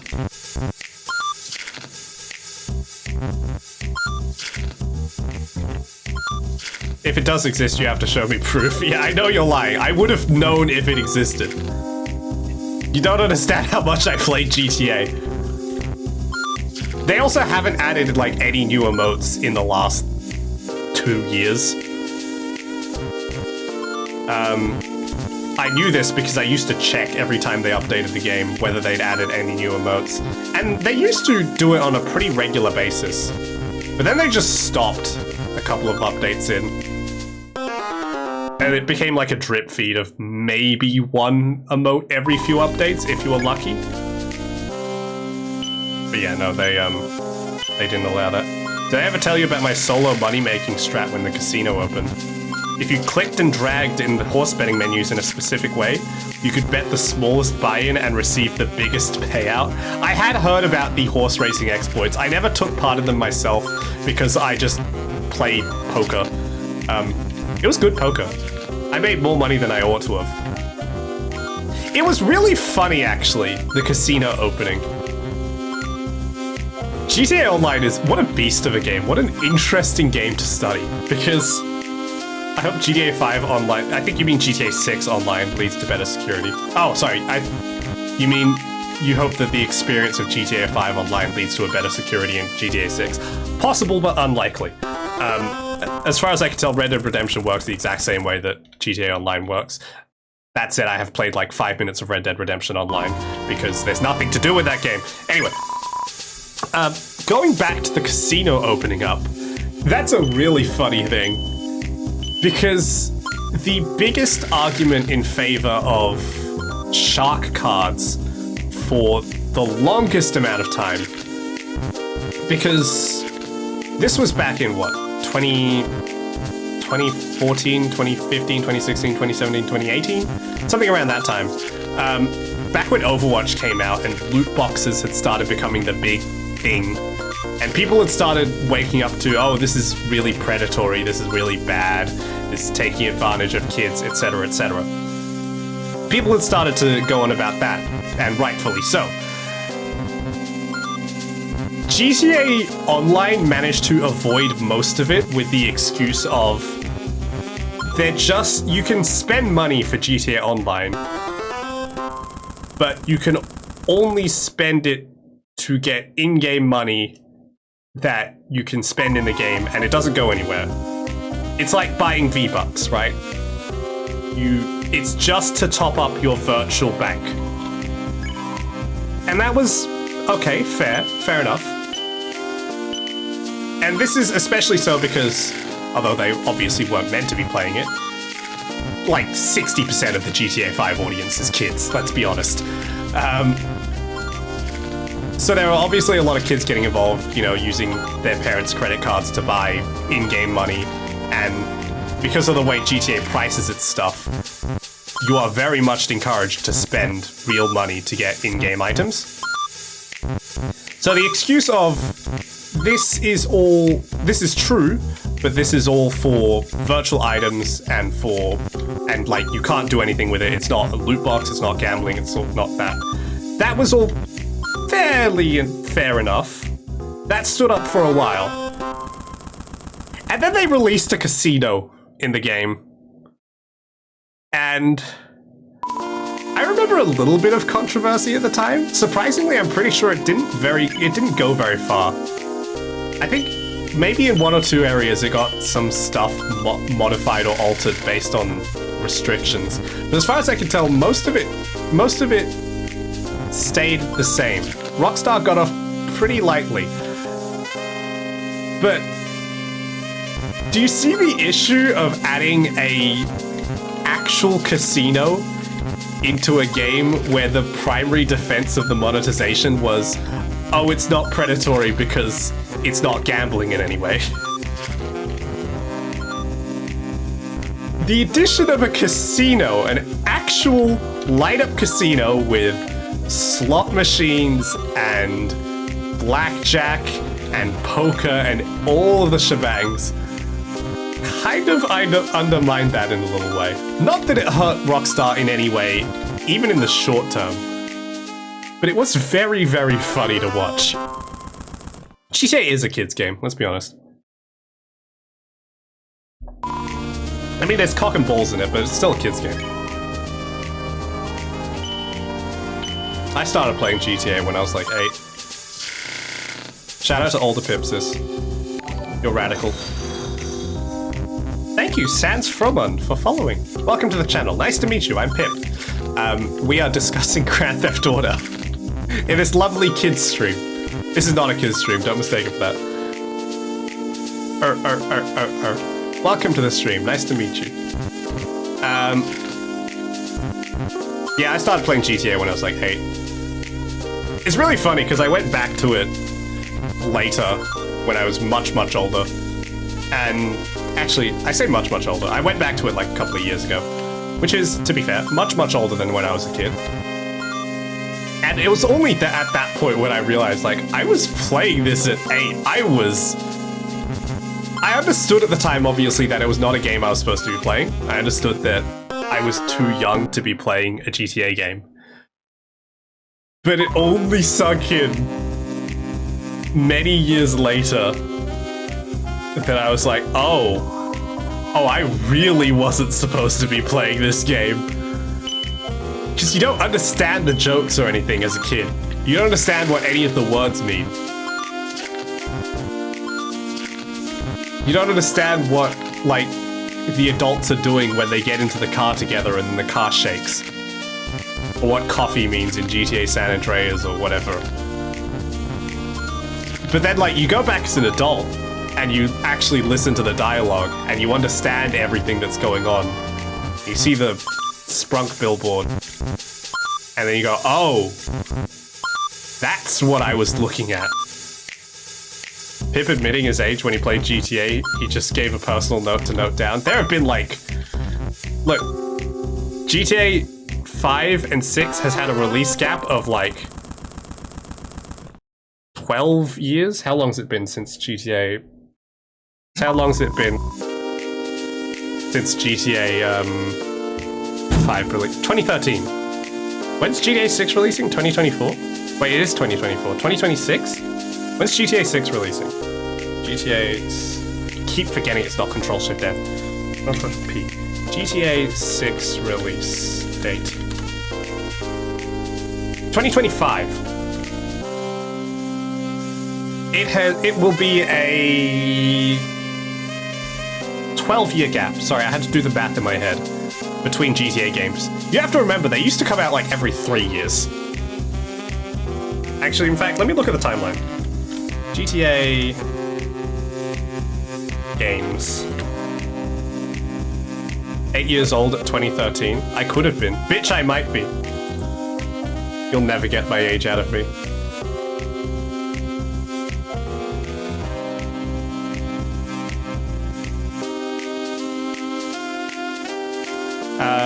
When were the games? Okay, so GTA 1 released 1997. No way you're younger than me. I could be. GTA 1 came out in 1997. GTA 2 came out in 99. 3 in 01. Vice City in 02. This is all off Wikipedia. San Andreas 04. 4 in 08. 5 in 13. So it went from a gap of 2 years, 2 years, 1 year, 2 years, 4 years, 5 years, and then GTA 6 is coming out 12 years after its predecessor. I'm not counting DLCs or anything like that. I assume Pip was 40-something? Bitch, I might be. You'll never know. Pip is 12. You're 12. If I was 12, I wouldn't be allowed to play this game, would I? Wait, no, this game's not age-gated. If I was 12, I wouldn't be allowed to play... What's an R18 game I've streamed? Max Payne. God, I just remembered how I had to blur everything in Max Payne. Remember the boobies I wasn't allowed to show you? Don't call Sauce a bitch. Why not? It's my audience. I can say what I want. Actually, this counts as gambling, right? Does this count as gambling? It's a card game, but it's not, like... It's mostly not luck-based. It's a little bit luck-based, but barely. It's luck-based in the same way that, like... What's a card game that's mostly not luck-based? Yu-Gi-Oh! Is Yu-Gi-Oh... I haven't played Yu-Gi-Oh! Is Yu-Gi-Oh! Luck-based? Surely Yu-Gi-Oh's not luck-based, otherwise they wouldn't have tournaments for it. GTA 6 taking so long, it might revolutionize the gaming industry. Look, they're not Sean Murray. Thank you, Sam Houser and Sean Murray. I'm surprised you remember who the people in charge of GTA are called. I'm surprised you remember the name Sam Houser. My arms keep breaking. Stop doing that. Cool. Nope, never mind. I shouldn't have said anything. Thank you, Warudo. Very cool. Stop that! Okay. Tracking. Hand off screen. No break anymore, please. Oh, God damn it. I just remember the tweet. What tweet? Why is it doing that? It wasn't doing this like 5... What are you doing? Hello, Bobs. I am fighting my tracking software all of a sudden, for some reason. I've been playing this on autopilot, by the way. I have no idea how many rounds we've played. I'm expecting to look at our inventory at the end of this game and just have an obscene amount of money. I'm losing... Yeah, my fingers are moving on their own. Sam Houser tweet calling everyone sons of bitches for leaking the source code. I can't blame him for that, honestly. If somebody leaked my source code... I don't know what source code really does, but if somebody leaked my source code, I'd be mad too.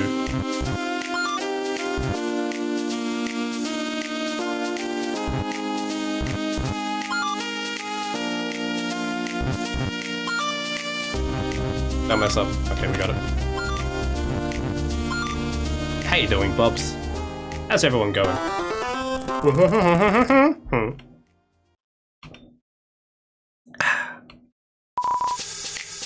Also, sorry, I only just looked at Sans Frommon's name, and I realized it's meant to be Sans from Underground. Holy shit, it's Sans Underground. I'm sorry I didn't recognize you at first glance. Holy shit! Sans Undertale in my stream. I got so caught up with talking shit about GTA Online. I have 1,400 hours in GTA Online. That's just the online. I probably have like 60 hours-ish maybe in the campaign, so that would push up my total to about 1,500, I think. If the Sans Homestuck, that's the one. Megalovania. I did the math. If The Elder Scrolls 6 releases after the 29th of June 2029, well believable at this stage, the release gap between The Elder Scrolls 1 and The Elder Scrolls 5 will be lesser than the gap between The Elder Scrolls 5 and The Elder Scrolls 6. Well, Game dev, modern gaming industry, technology.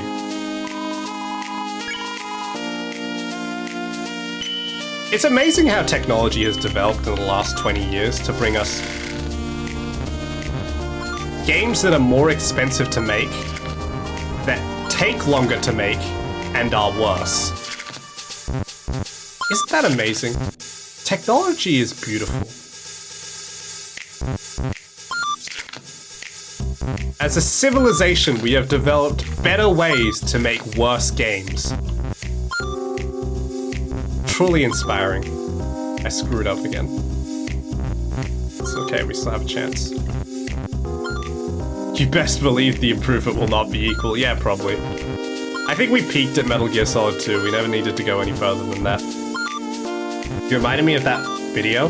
What video? Ah, my back!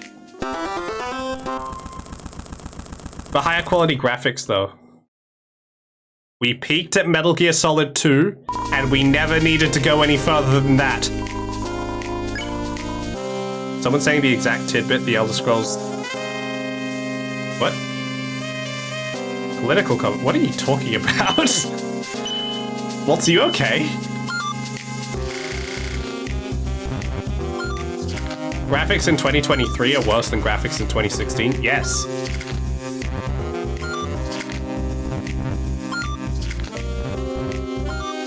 Go back and play Silent Hill 2. That's what I did. You don't need graphics any more advanced than that. I edited that sentence 5 times, cut me some slack, you cur. Why are you using, like, Old English on me? Call old... Okay, to be fair, cur is not even that Old English, but still, I messed it up. I will make fun of you for being ESL. You cannot stop me.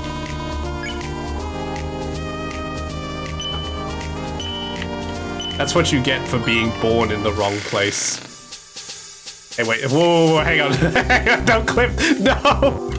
Next time I raid somebody, that's gonna come up. No! No! I'll have to explain, You're a real dickhead, you know that? Hello, Keffel. How you going? I said this was gonna be a short stream, and now it's lasted exactly as long as every other one of my streams. Explain what? Don't worry about it. Absolutely nothing. Nothing happened. Waltz, you shut your mouth. I wasn't making fun of ESLs, I was making fun of you. You just happen to be ESL. There's a difference. Video gaming peaked with the PS3 version of Sonic the Hedgehog 26? Wait, no, that's M. 2006. I will let your statement stand as it is, and I will not make any comments on it.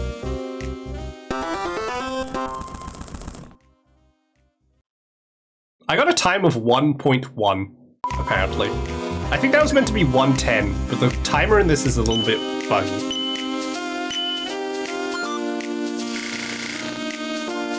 This has become a just chatting stream with jazz in the background. Is this what gambling streams are? Have I become the Twitch? Speaking of the Twitch meta,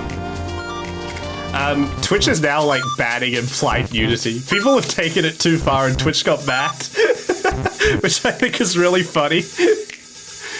Just a jazzy card game, exactly. People kept doing like the implied nudity thing on Twitch, and apparently Twitch didn't like that, so now all implied nudity is just banned. It's probably not quite that dire, but a lot of it is. Are you addicted to the Stonk Skull game? Damn right I am. Do you know how much money I've made? If you do, please tell me, because I don't. I don't know how much money I've made. We've been going at this for like the last half hour. I've just been playing it over and over again. Implied unity, yes. You cannot suggest that you stand in solidarity with anyone or anything anymore. Explicit unity is still fine.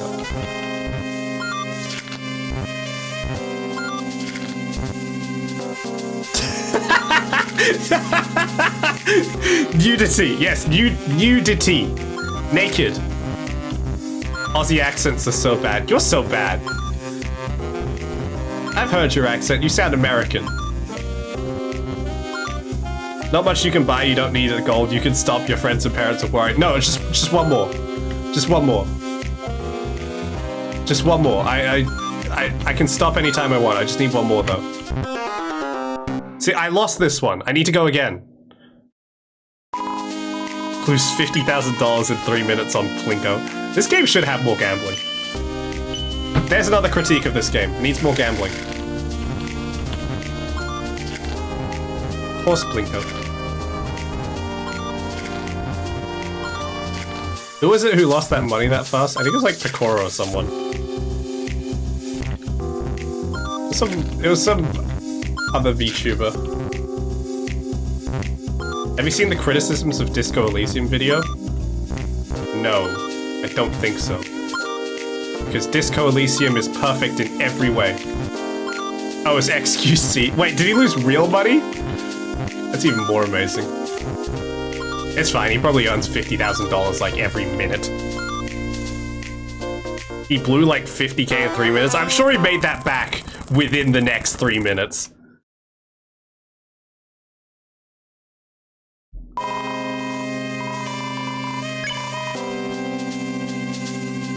Copy from.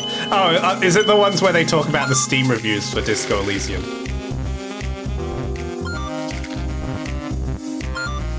I think I have seen that video. It's funny because people critique at both ends.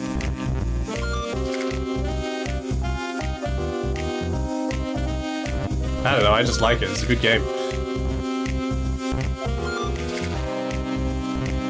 No politics. No politics!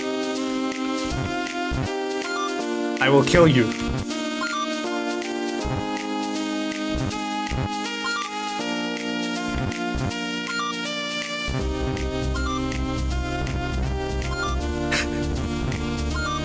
Yeah, the criticisms of Disco Elysium in that vein generally tend to be more reflective of the person themselves rather than the game itself. It's kind of it's an amazing effect.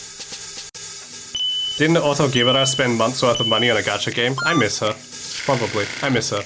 She was like one of the VTubers I admired really early on. God damn. I wonder if she's still active.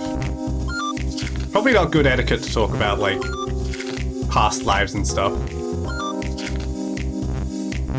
But damn. Hope she's doing well. Oshi VT. She's not my Oshi. I mean, I liked her very early on. She was very good. And it's a shame. I hope she's doing well. But not my Oshi. Gambling irritates me like irrationally. I can't explain it. I don't think it's irrational to hate gambling. High stakes. It sounds like you're just super risk averse. Low stakes doesn't bother me. It sounds like you're just risk averse. You prefer certainty over gambling. And that's pretty common, I think. I think generally most people are risk averse in high amounts. But I think it's lower amounts people tend to be more risk loving, which is an interesting phenomenon. I hate it when other people do it too, people I have no investment in. I think you're averse to the concept of risk itself. It doesn't have to be you participating in it, you just hate the existence of it. But it does sound healthy. Better to be safe than sorry, as the proverb goes.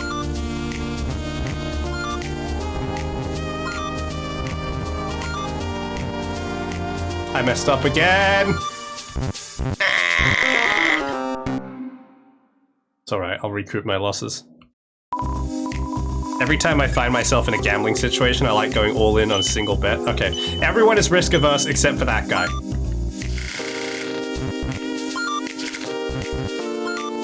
No, but I think the observed tendency is that people tend to be risk averse for larger amounts and risk loving for smaller amounts.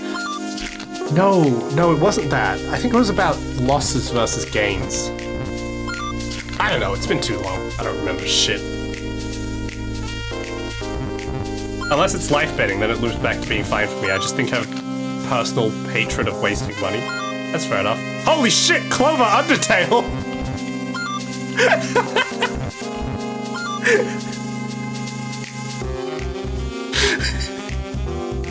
I'm sorry. Give me a moment. Oh god.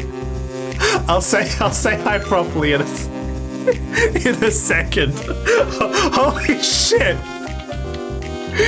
It's Clover Undertale.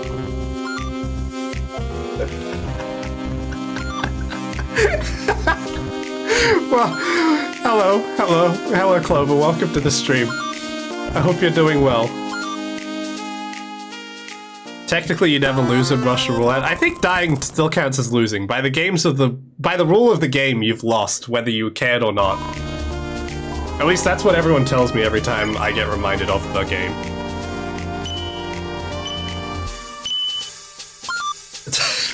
Hello, Clover. I hope you're doing well. Hope you've not been stuck in the underground too long. Bastard! Look at him go! I've got bad news for you. You are now hopelessly addicted to gambling. Blame Pip here. I indeed have been sitting on this card game for the last 30 minutes. But on the plus side, we're making you tons of gold. Loads of money. Game theory is genuinely interesting, though. I love it. Well, that makes you a nerd. And also, I'm gonna come up with some sort of game theory scenario to trap you into that benefits me and me alone. Oh, hey!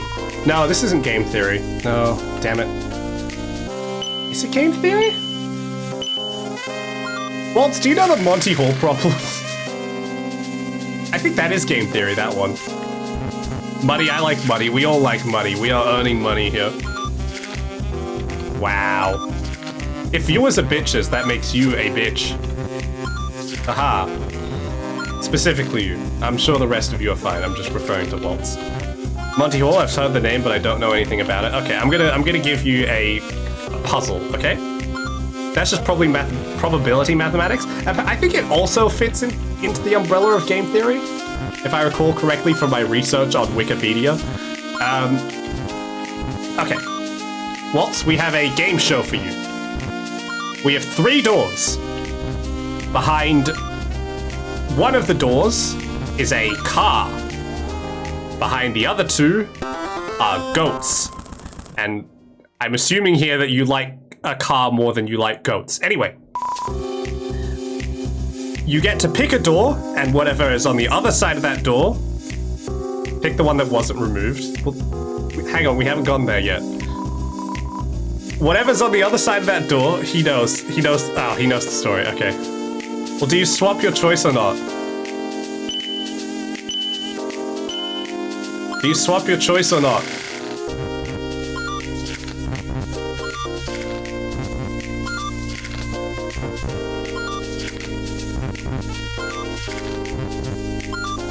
If he knows it so well, I'm gonna wait for him to give the answer.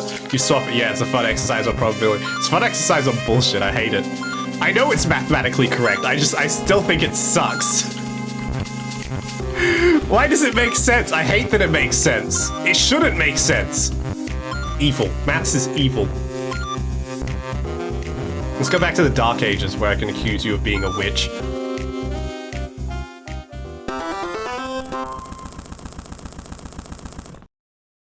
Do you know the Moscow wager?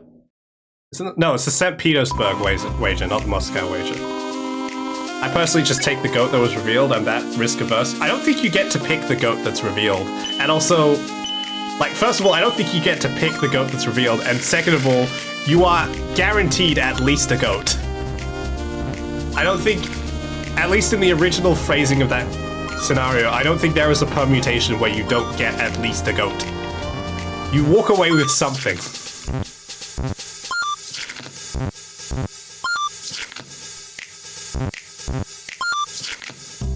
You're getting good at this? I have been doing this for far longer than I should have, so I would hope I'm getting good at this, but thank you, Clover. What would I do with a goat? What would I do with a car? I don't know, sell them? If you don't need them, you can sell them, right? That's money. Got a goat, I win. Congratulations, you've solved the Monty Hall problem. Waltz, do you know the St. Petersburg paradox? Or the St. Petersburg wager, whatever you want to call it. Who is buying goats? Goat farmers. Who else? Goat farmers' mums?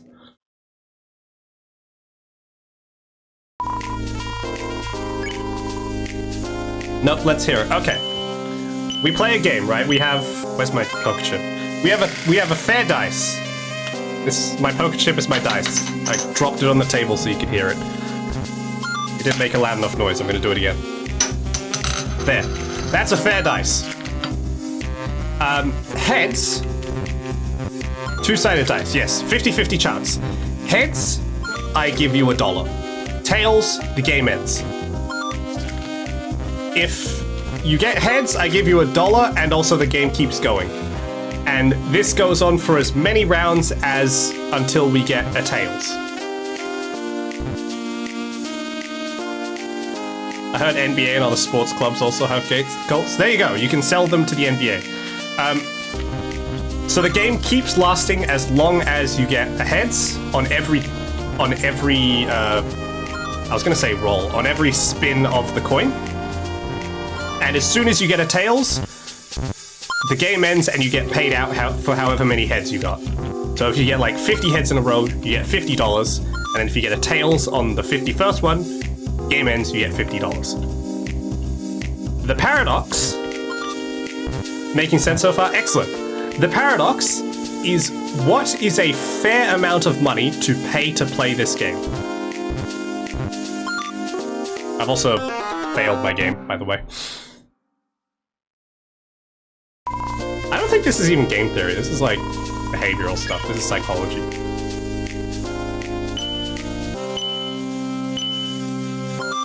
This sounds like exponential fractions talk. Kind of. The problem is that the expected payout of this game is literally infinity. Theoretically, you could keep doing this forever and never get a tails. The chance is infinitesimally low. Like the chance is low, but it's not zero. Are you have been sitting here for 30 minutes doing this? Yes, I like the game and it gives me money. I don't need the money, but I like having the money.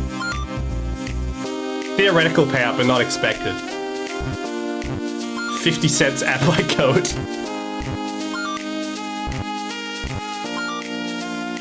What? Multiply expected money with probability. But the probability is... Well, the possible money you get is infinite. You can't multiply a crisp 50. I'm gonna tell you, that's probably a bad idea. Anyway, the point is that in a wager like that, you can't use... Generally, like, expected probability or expected payout is a reasonable way of measuring, like, the outcome of a wager. This wager shows a scenario where that is not the case, and more generally that you can't just do that all the time. The payout of an infinite amount of money is multiplied by an infinitely small probability, but it's still infinite. Infinity divided by infinity is 1. Is it? Oh yeah, I guess it would. Wait. What if 1's a bigger infinity, though? How much money you got by now? I'm kind of scared to look. I haven't checked. No, I'm bullshitting you. Yeah, exactly. What sized infinities? Less gamey, but that's the issue of Pascal's wager too. That's the theological one, right? Yes. I think that argument has been applied to Pascal's wager as well. I messed up the game. Basically that, like, quantifying an infinite by a probability is not fair. Yeah, Pascal's wager doesn't really work, theologically speaking, because it assumes that you base your belief in God entirely on material benefit, which is kind of the whole point of religion, is to not focus on that. I'm putting like going to heaven as a material benefit, but you know what I mean. My favorite math problem is that you can fully roll coins ones. What? What? Sorry, hang on. You can fully roll coin 1's edges around coin 2's edges twice, despite having an equal amount of edging. Why are your coins edging?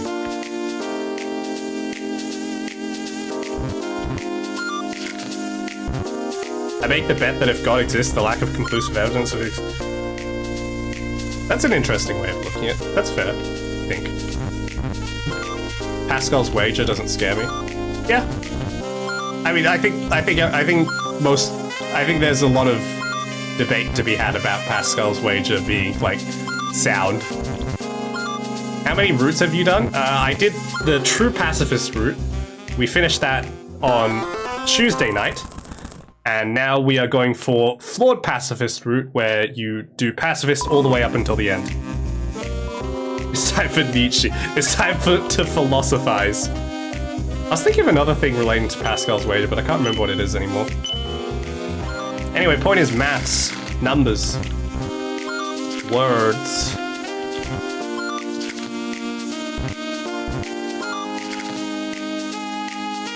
There was another thing I was thinking about in relation to that. Damn it, now I can't remember what it was. Sometimes I just browse Wikipedia and look at random articles. So that's where this is all coming from. Same with the Monty Hall thing. It also led to me reading a short story called, I think it was called Blit, which was to do with, like, cognitohazards. Or, like, the concept of cognitohazards, which was fun. It came up in relation to that one thing where if you stare at it for too long, it messes with your color perception and can last up to, like, 3 months. I forgot what it's called. Propaganda. I'm pretty sure there was a version of Pascal's wager that takes into account multi-theism. But I can't recall exactly what it was. Anyway, as I was saying, short story, Blit. It's a short story about a cognitohazard that gets discovered. That basically, if you look at it, you died, which is a fun idea. Very cool. And this guy basically in the story commits... Spoilers for the short story Blit, which came out in like 1987 or something, I don't know. So if you haven't read it, read it. It takes like 5 minutes, I guess. In the time I take to explain it, you'll be able to get halfway through the story already. Anyway, point of the story is some cognitohazard is discovered where if you look at it, it messes with the brain's chemicals in such a way that it will just kill you. And this is a sci-fi story. This is completely fictional. But this guy sprays it on a wall, on several walls, as an act of terrorism. He's wearing these, like, kaleidoscope goggles so that you can't see. No, so that he can't properly see it. So it comes out as all, like, fractal vision. If you've ever worn kaleidoscope goggles, you know what it looks like. Sounds like a good SCP story. It is sort of like a precursor to an SCP story. But he wears these goggles, he walks around town spraying these up, and eventually he gets caught by the cops. And in the process, like 4 cops die because they see the thing. And this is such a new discovery that there's not really people who are prepared for it yet. So they see the thing and they just happen to get caught by it and die. But the cops arrest him, beat the shit out of him. Some other cops arrest him, beat the shit out of him, and call in a specialist squad for cleanup. And they compare it to, like, computer hacking and stuff. And this, by the way, has nothing to do with what we were previously talking about. I just thought it was an interesting tangent. They compare it to computer hacking and how there wasn't really a way you could prosecute computer hacking back in the early days because there wasn't a formalized law against it yet. It was just that new. The worst they could get you for was, I don't know if this is true, but in the story at least, was improper use of electronics, which was like a $50 fine. It's communist propaganda because I don't like it. Uh-oh. Kaiser Waltz bad. But yeah, so they then compare it to the computer hacking, and they lament the fact that even though they caught this guy and he's clearly putting up stuff that will kill people, they can't do anything about it. They have to let him go because he's not committed any crimes other than, like, minor graffiti, according to the law. When do we stop gambling and get to the end of the stream? When I'm done gambling. I can quit anytime I want. Anyway. Because of that, he ends up in jail, and he's just sort of sitting in jail as they wait for the next day when they have to release him. Pretty sure attempted murder and terrorism are still crimes, but he didn't do that. He just sprayed some patterns on a wall. Not his fault the patterns kill people. Anyway, the ending of the story is that he realizes as he's just sitting there thinking that he's seen the pattern through his goggles so many times that his brain has subconsciously remembered the whole thing. Even though it was fractured in all the images he saw, his brain has seen it so many times he's able to just reconstruct it. And so the ending of the story is him, like, desperately trying not to think about it and realizing that in the same way that he can't be prosecuted for terrorism because there's no law against, you know, painting stuff on the wall that, aside from graffiti laws, the cops holding him can't be held liable for him dying because of it. Like, it is established in the story that the easiest way to prevent yourself from dying if you see it is to chug a bunch of alcohol so you literally forget. But the cops can't just give him alcohol. And all he did was spray paintings on the wall. So he dies. The end. That's the end of the story. It's a fun story. I don't know, I like it mainly for, like, the SCP-ishness of it, I suppose, which is the most Zoomer way I possibly could have put that. But it's a fun story.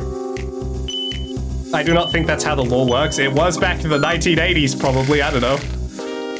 Technology bad, things I don't understand scare me. I mean, it's a sci-fi story. That's the point of every sci-fi story. Name one sci-fi story where technology good. Pretty sure murder was still illegal then. Yeah, but it's not murder, it's spraying stuff on the wall. That induces murder.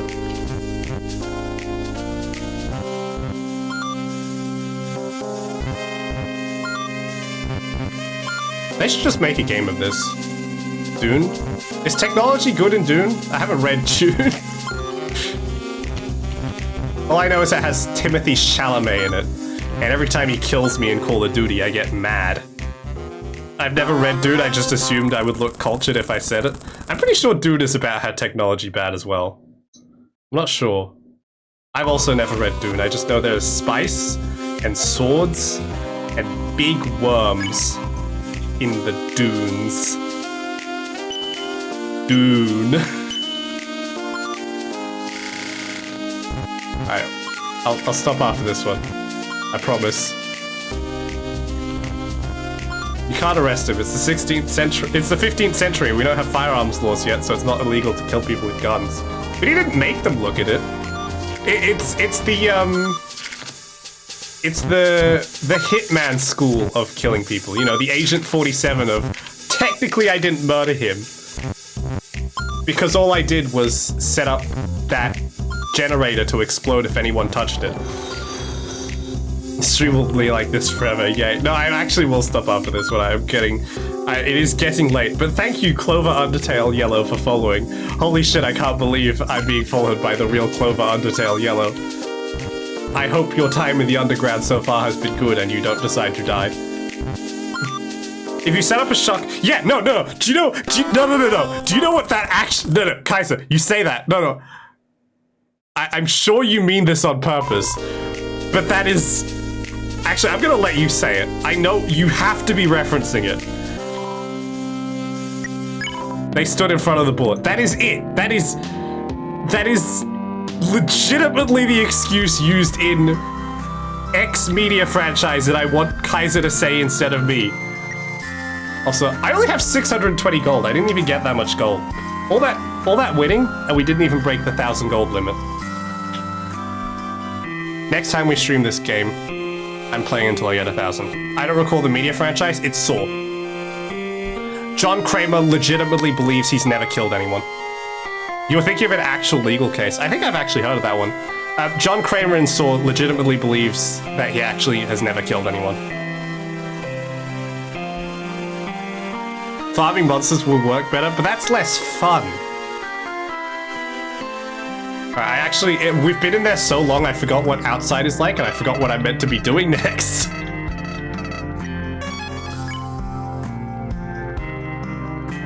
I love John Kramer. He's such a silly little guy.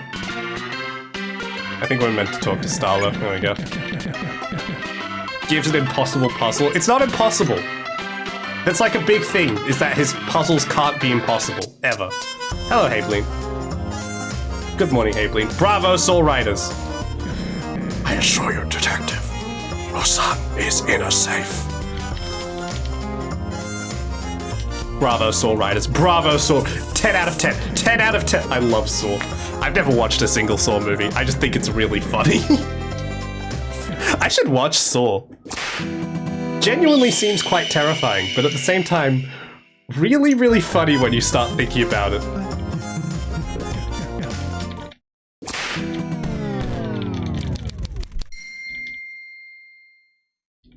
Yes, because we're going for flawed pacifist, by the way, I'm skipping all the dialogue because we've seen it already. I saw Saw when I was around 7 or so. That seems slightly too young. I'm gonna look up the phrase John Kramer never killed anyone. It's Final Destination. Yes, actually. But with puppets. Never kill anyone. Yes. Jigsaw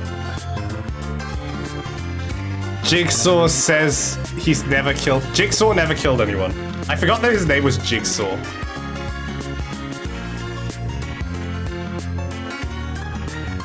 Sorry, I looked up Jigsaw never came. Jigsaw never came. Jigsaw never killed anyone. I googled this. And the third result is a Quora article that asks, legally speaking, is Jigsaw a murderer? And while I'm sure this is not the actual highlighted response, it is the one that shows up first in Google results. No. In fact, he mentions that he has never killed anyone. Although he is guilty of kidnapping, which wouldn't get him as hefty as prison sentence as murder. People died while doing jigsaw puzzles, that's for sure. Look, I'm not a lawyer. In no way am I a legal expert, and this is not in any way legal advice. I'm pretty sure that's still murder. Oh, hang on, I'm actually gonna click that Quora article. One of the movies of all time. It is indeed one of the movies of all time.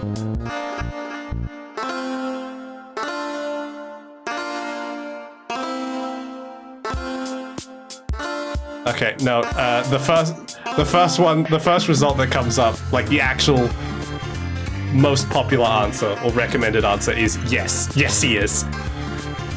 Killing monsters is murder. That is also murder. Assuming that you can...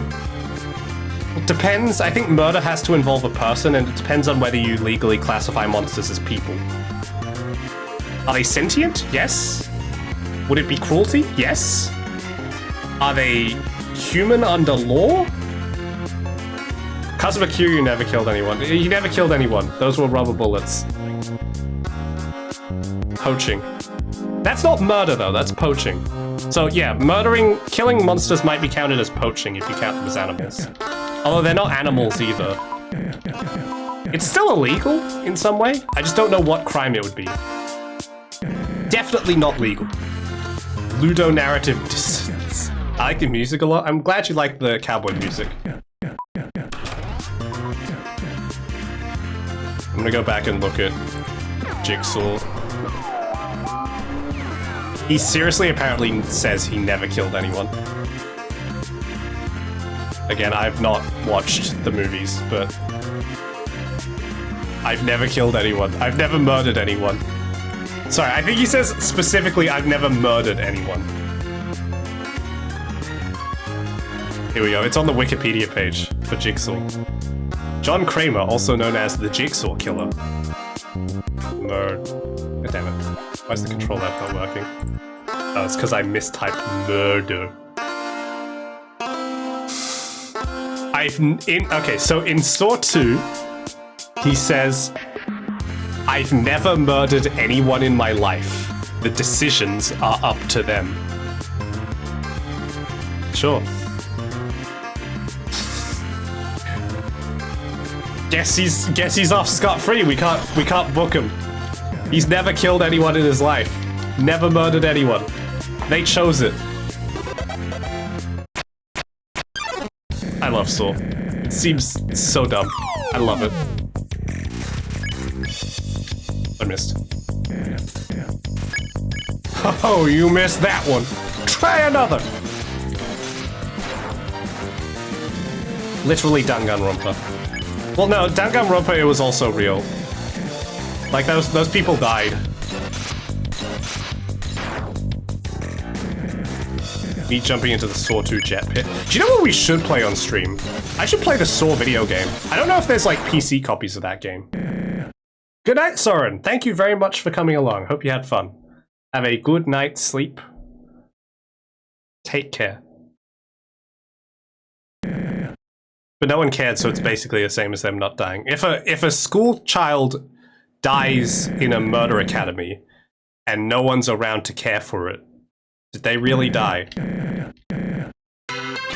Does anyone really die if human life has no value?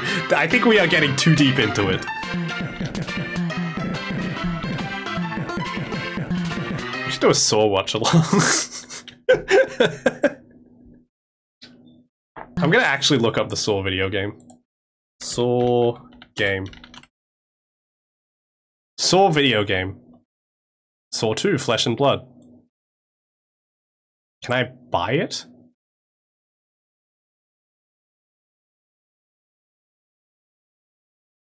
Apparently there's a Steam version? No way, hang on.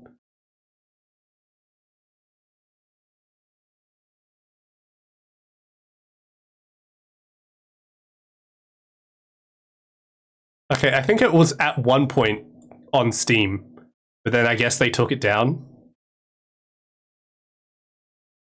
Saw game. Probably not possible to play. Play Shadow of the Colossus? I don't have, like, a PlayStation. I mean, I do, but I don't have a capture card. People cared, but Junko and the Warriors of Hope caused a downfall in the real world and made them die before they could do anything, really. Unfortunately, the class in the first game was infinitely safer in the killing game than outside. Thank you, Haveline, for the Danganronpa lore dump. I got a nice hat. I like Junko Danganronpa. She's a funny gal.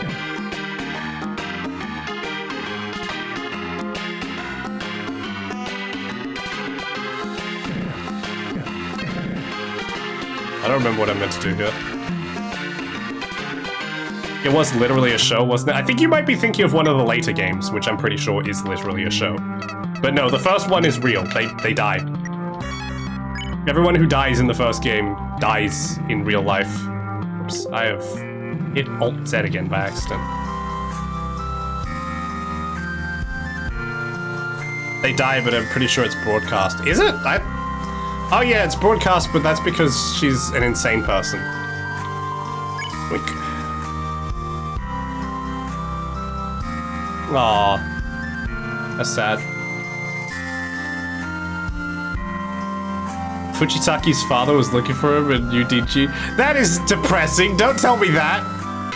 I don't need to know that. Why would you tell me that?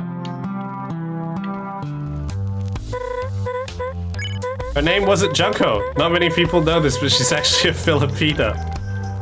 I feel like you might be telling fibs.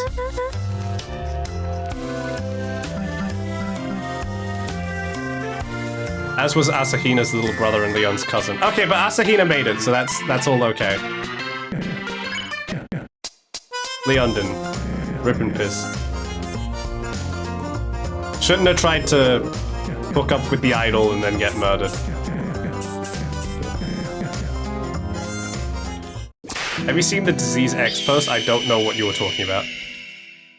Isn't everyone outside meant to be like psychopaths? So Habeline's actually giving us a lecture on Danganronpa lore. I'm here for this.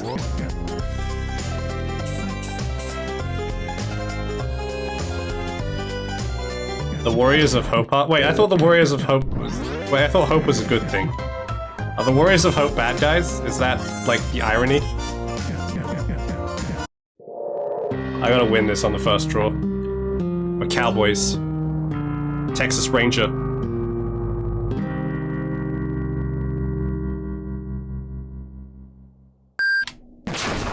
Bingo!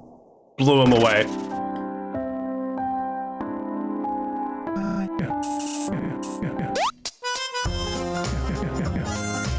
I knew I had to win that one. Hosting the server? Is this...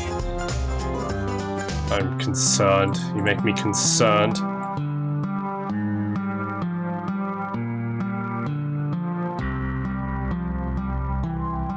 Basically just California from what I've heard. Children who have been brainwashed to think all adults are bad due to their own trauma by junk. What the hell is happening? You know what, never mind. You are explaining what is happening in the show. In the game show. Game show. I watched the anime. I actually own... Hang on. How many of the games do I own? I remember buying some of them on sale. Okay, I own 1 and 2. For some reason.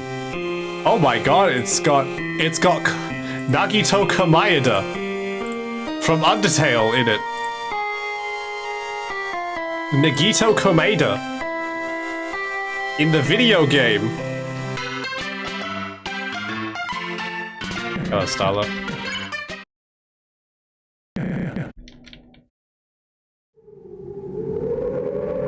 Everyone, I want your thoughts on Nagito Komaeda. Give them to me.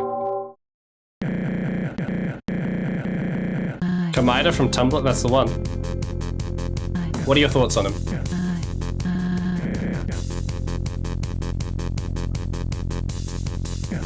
Oh, thanks, Havely. Who invented this series? What on earth were they smoking? Are they okay? Do they need to talk about something? Ozzy, hello! G'day, g'day. I don't normally say that, but g'day. Thank you very much for following. I'm gonna try and say your name, hang on. Unoviverse? Unoviverse? Unoviverse. Thank you. Nice to meet you, I'm Pip. G'day, g'day. Welcome. He started doing a fake accent. Damn right I did. Somebody's telling... Oh, hey, Waltz, you missed this on the first run-through. I'm gonna let you... I'm not gonna read it out loud, but you can see all this. It's your favorite. Unoviverse. Welcome. Nice to meet you. I'm Pip, your local weather reporting VTuber, and I'm Australian now. I mean, I was always Australian, but now I'm super Australian because you have mentioned it. You had to look... How could you? You can't even recognize Komaeda by memory? Trolley problem. Exactly! Waltz, it's your favorite. Decide whose life has more material. Oh, the Unoviverse. Unoviverse. Got it. Thank you. Thank you for the correction. Well, welcome, welcome. Nice to meet you. How will we solve this colossal conundrum? Just untie them. I'm on my journey and talking to you on a phone? Oh, very good. Hope you have a good phone. Measure word was right, you No, Waltz! Bad Waltz! Stop that. Why do I let you talk? Kitsune MILF. We call her Fox Mom, but you can call her that if you like. Multi-track drifting. No! Mooch, you are dead to me. I like Mooch, by the way. Mooch is my favorite of the 5. Clover has to choose. We have to make the decision. Mooch should die, but I like Mooch. Don't you think this is a bit much? It's easy. Choose to leave the track as is. It won't be your fault, but many monsters get hit. Choose to change the track. It'll be by your hand, but only Ed dies. It's pretty much the same thing, I'm just pointing out she's sexy. Nothing wrong with that, I suppose. Anyway, chat, make your decision. We're out of time. If only we could have untied everyone. Oh no! If only. You gotta choose now, Clover. Kill them all except the big... Ooh. Also, by the way, unfortunately, We are going for the ending where we murder Fox Mom at the end.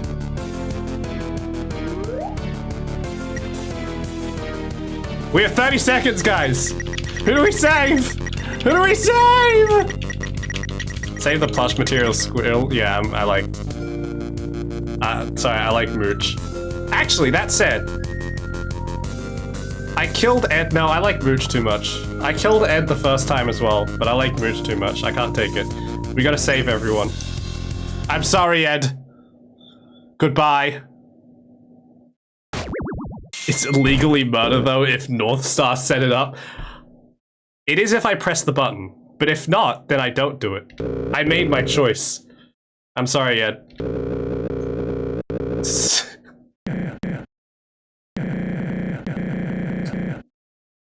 Show Ed some love. I mean, I like him, but it's for the greater good. Ras Al Ghul is on a train and the track goes out. Uh-oh. Yeah?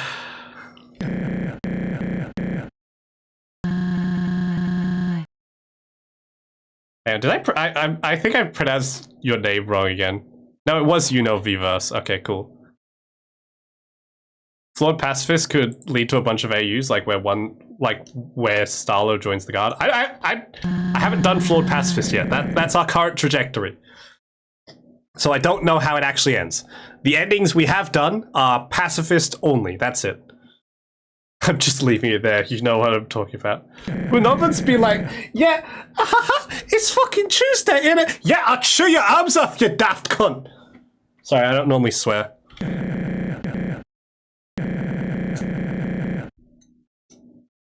I just had to. I saw a meme and my sleeper mode was activated. He really said that. Holy shit! I actually have an annoyance with that video. I don't like how the voice actress reads that line.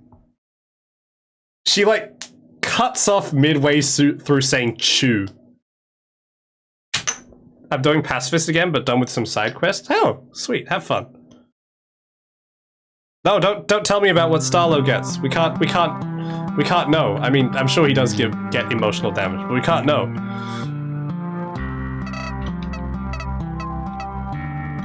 Save. Alright. We will finish off what's left in town. Pears? I don't like pears that much. I like oranges and mandarins more.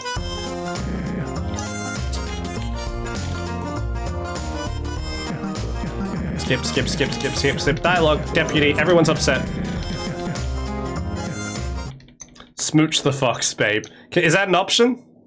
Can't we kill Starlo maybe if it's genocide? But we're not doing genocide yet, if at all. We do need to. Oh, I forgot we have to fight.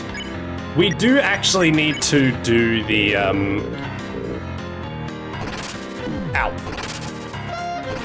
Ow. Ow! Please don't kill me this early. Ow. We do need to do neutral route at some point. Pear is the artist for Unovans. Oh, right, yeah, Pear. Right, the artist. I like their drawings. They do good. Plus the Miss Pauling one. No, the Miss Pauling one is by Spineapples. You are wrong. Who is that? That's Morley? Moray? They're a fish. They all look the same. You all look the same. I don't remember them, because they only showed up on screen very briefly. Mooch! I like Mooch. Neutral, oh, okay. We have to do it eventually. Ow. I can't do genocide. Genocide will make me sad, but we can do neutral.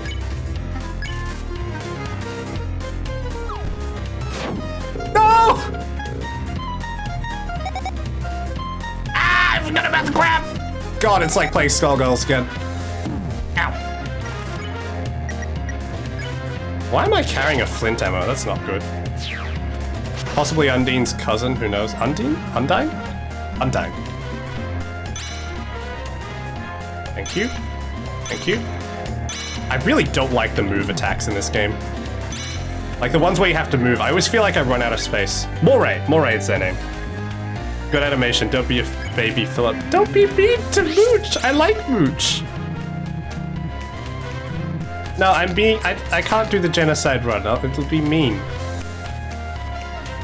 We can't be mean. This is a game about being nice. I love that sunflower. The sunflower's pretty cool. I do like Pear's animations as well. Man, I wish I could draw. Ow!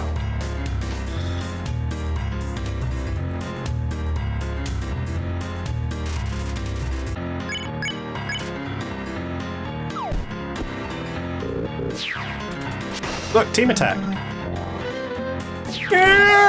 No! Please don't kill me. Oh, I'm trapped. I'm trapped. I'm trapped. No! Oh, it was worth it. It was worth it. Taking that damage was better than dying. I had to shadow root like 3 times. Oh my god. You're far less sentimental than I. Imagine everyone in this game is Irish. I'm not gonna finish reading that message, Waltz. You are bad.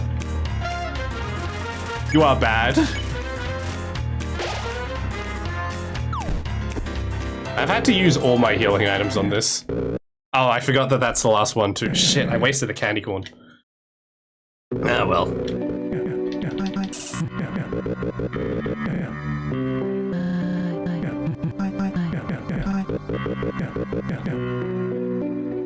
I didn't know the genocide run in Undertale was everything, not just main characters, so I accidentally got neutral and then just never streamed it again because I refused to play the neutral ending. Does Flowey scare you? Is that why? I bet that's why. Candy's good for— it is good for your health. Always eat your candy.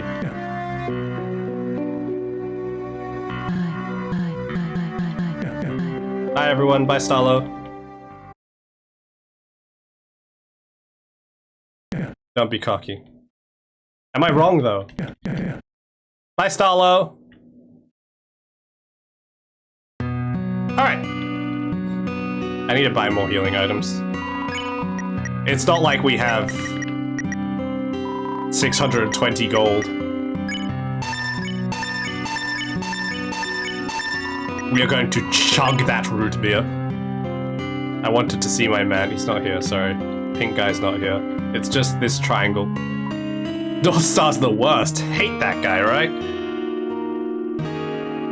Okay, I need to bag some stuff. I need to bag the flint, and we can keep the necklace. And we'll save that. Alright. Oh, no, wait, I meant when I played. Oh, okay, you want to see Sans.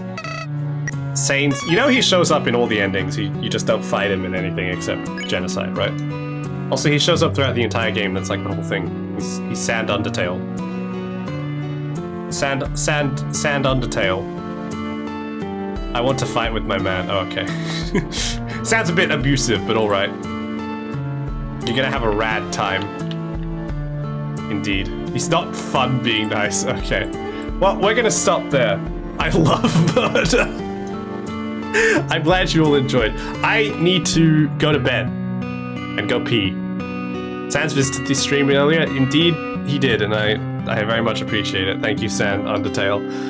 We're gonna end the stream there. I'm gonna mute the game. Thank you very much for watching. I need to go to bed. Oh my god. I'm gonna... oh, I'm so screwed. Thank you very much for watching. I hope you all had fun. I will be back tomorrow. Unfortunately, I won't be playing this. I'll be playing something else. We gotta switch it up a little bit. But I'll be playing something tomorrow. I don't know. I don't know what.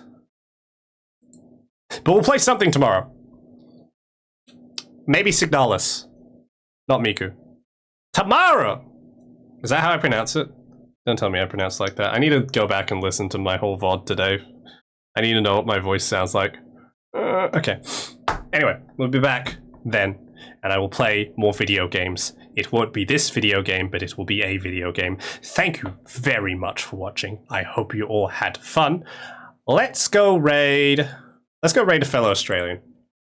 We're gonna go raid Zombies Love Bacon. He's playing Mafia 3. I tuned into his stream and watched him stab a man. So you guys will probably have fun with that. I hope you all enjoyed. Thank you very much again for watching. I will see you next time. Have a good evening, everyone. Take care. I'll talk to you then. Thank you. Bye! Oh shit, the clip. Wait. Waltz, you have to clip. Okay, now it's safe. Alright. Say hi to him. Bye!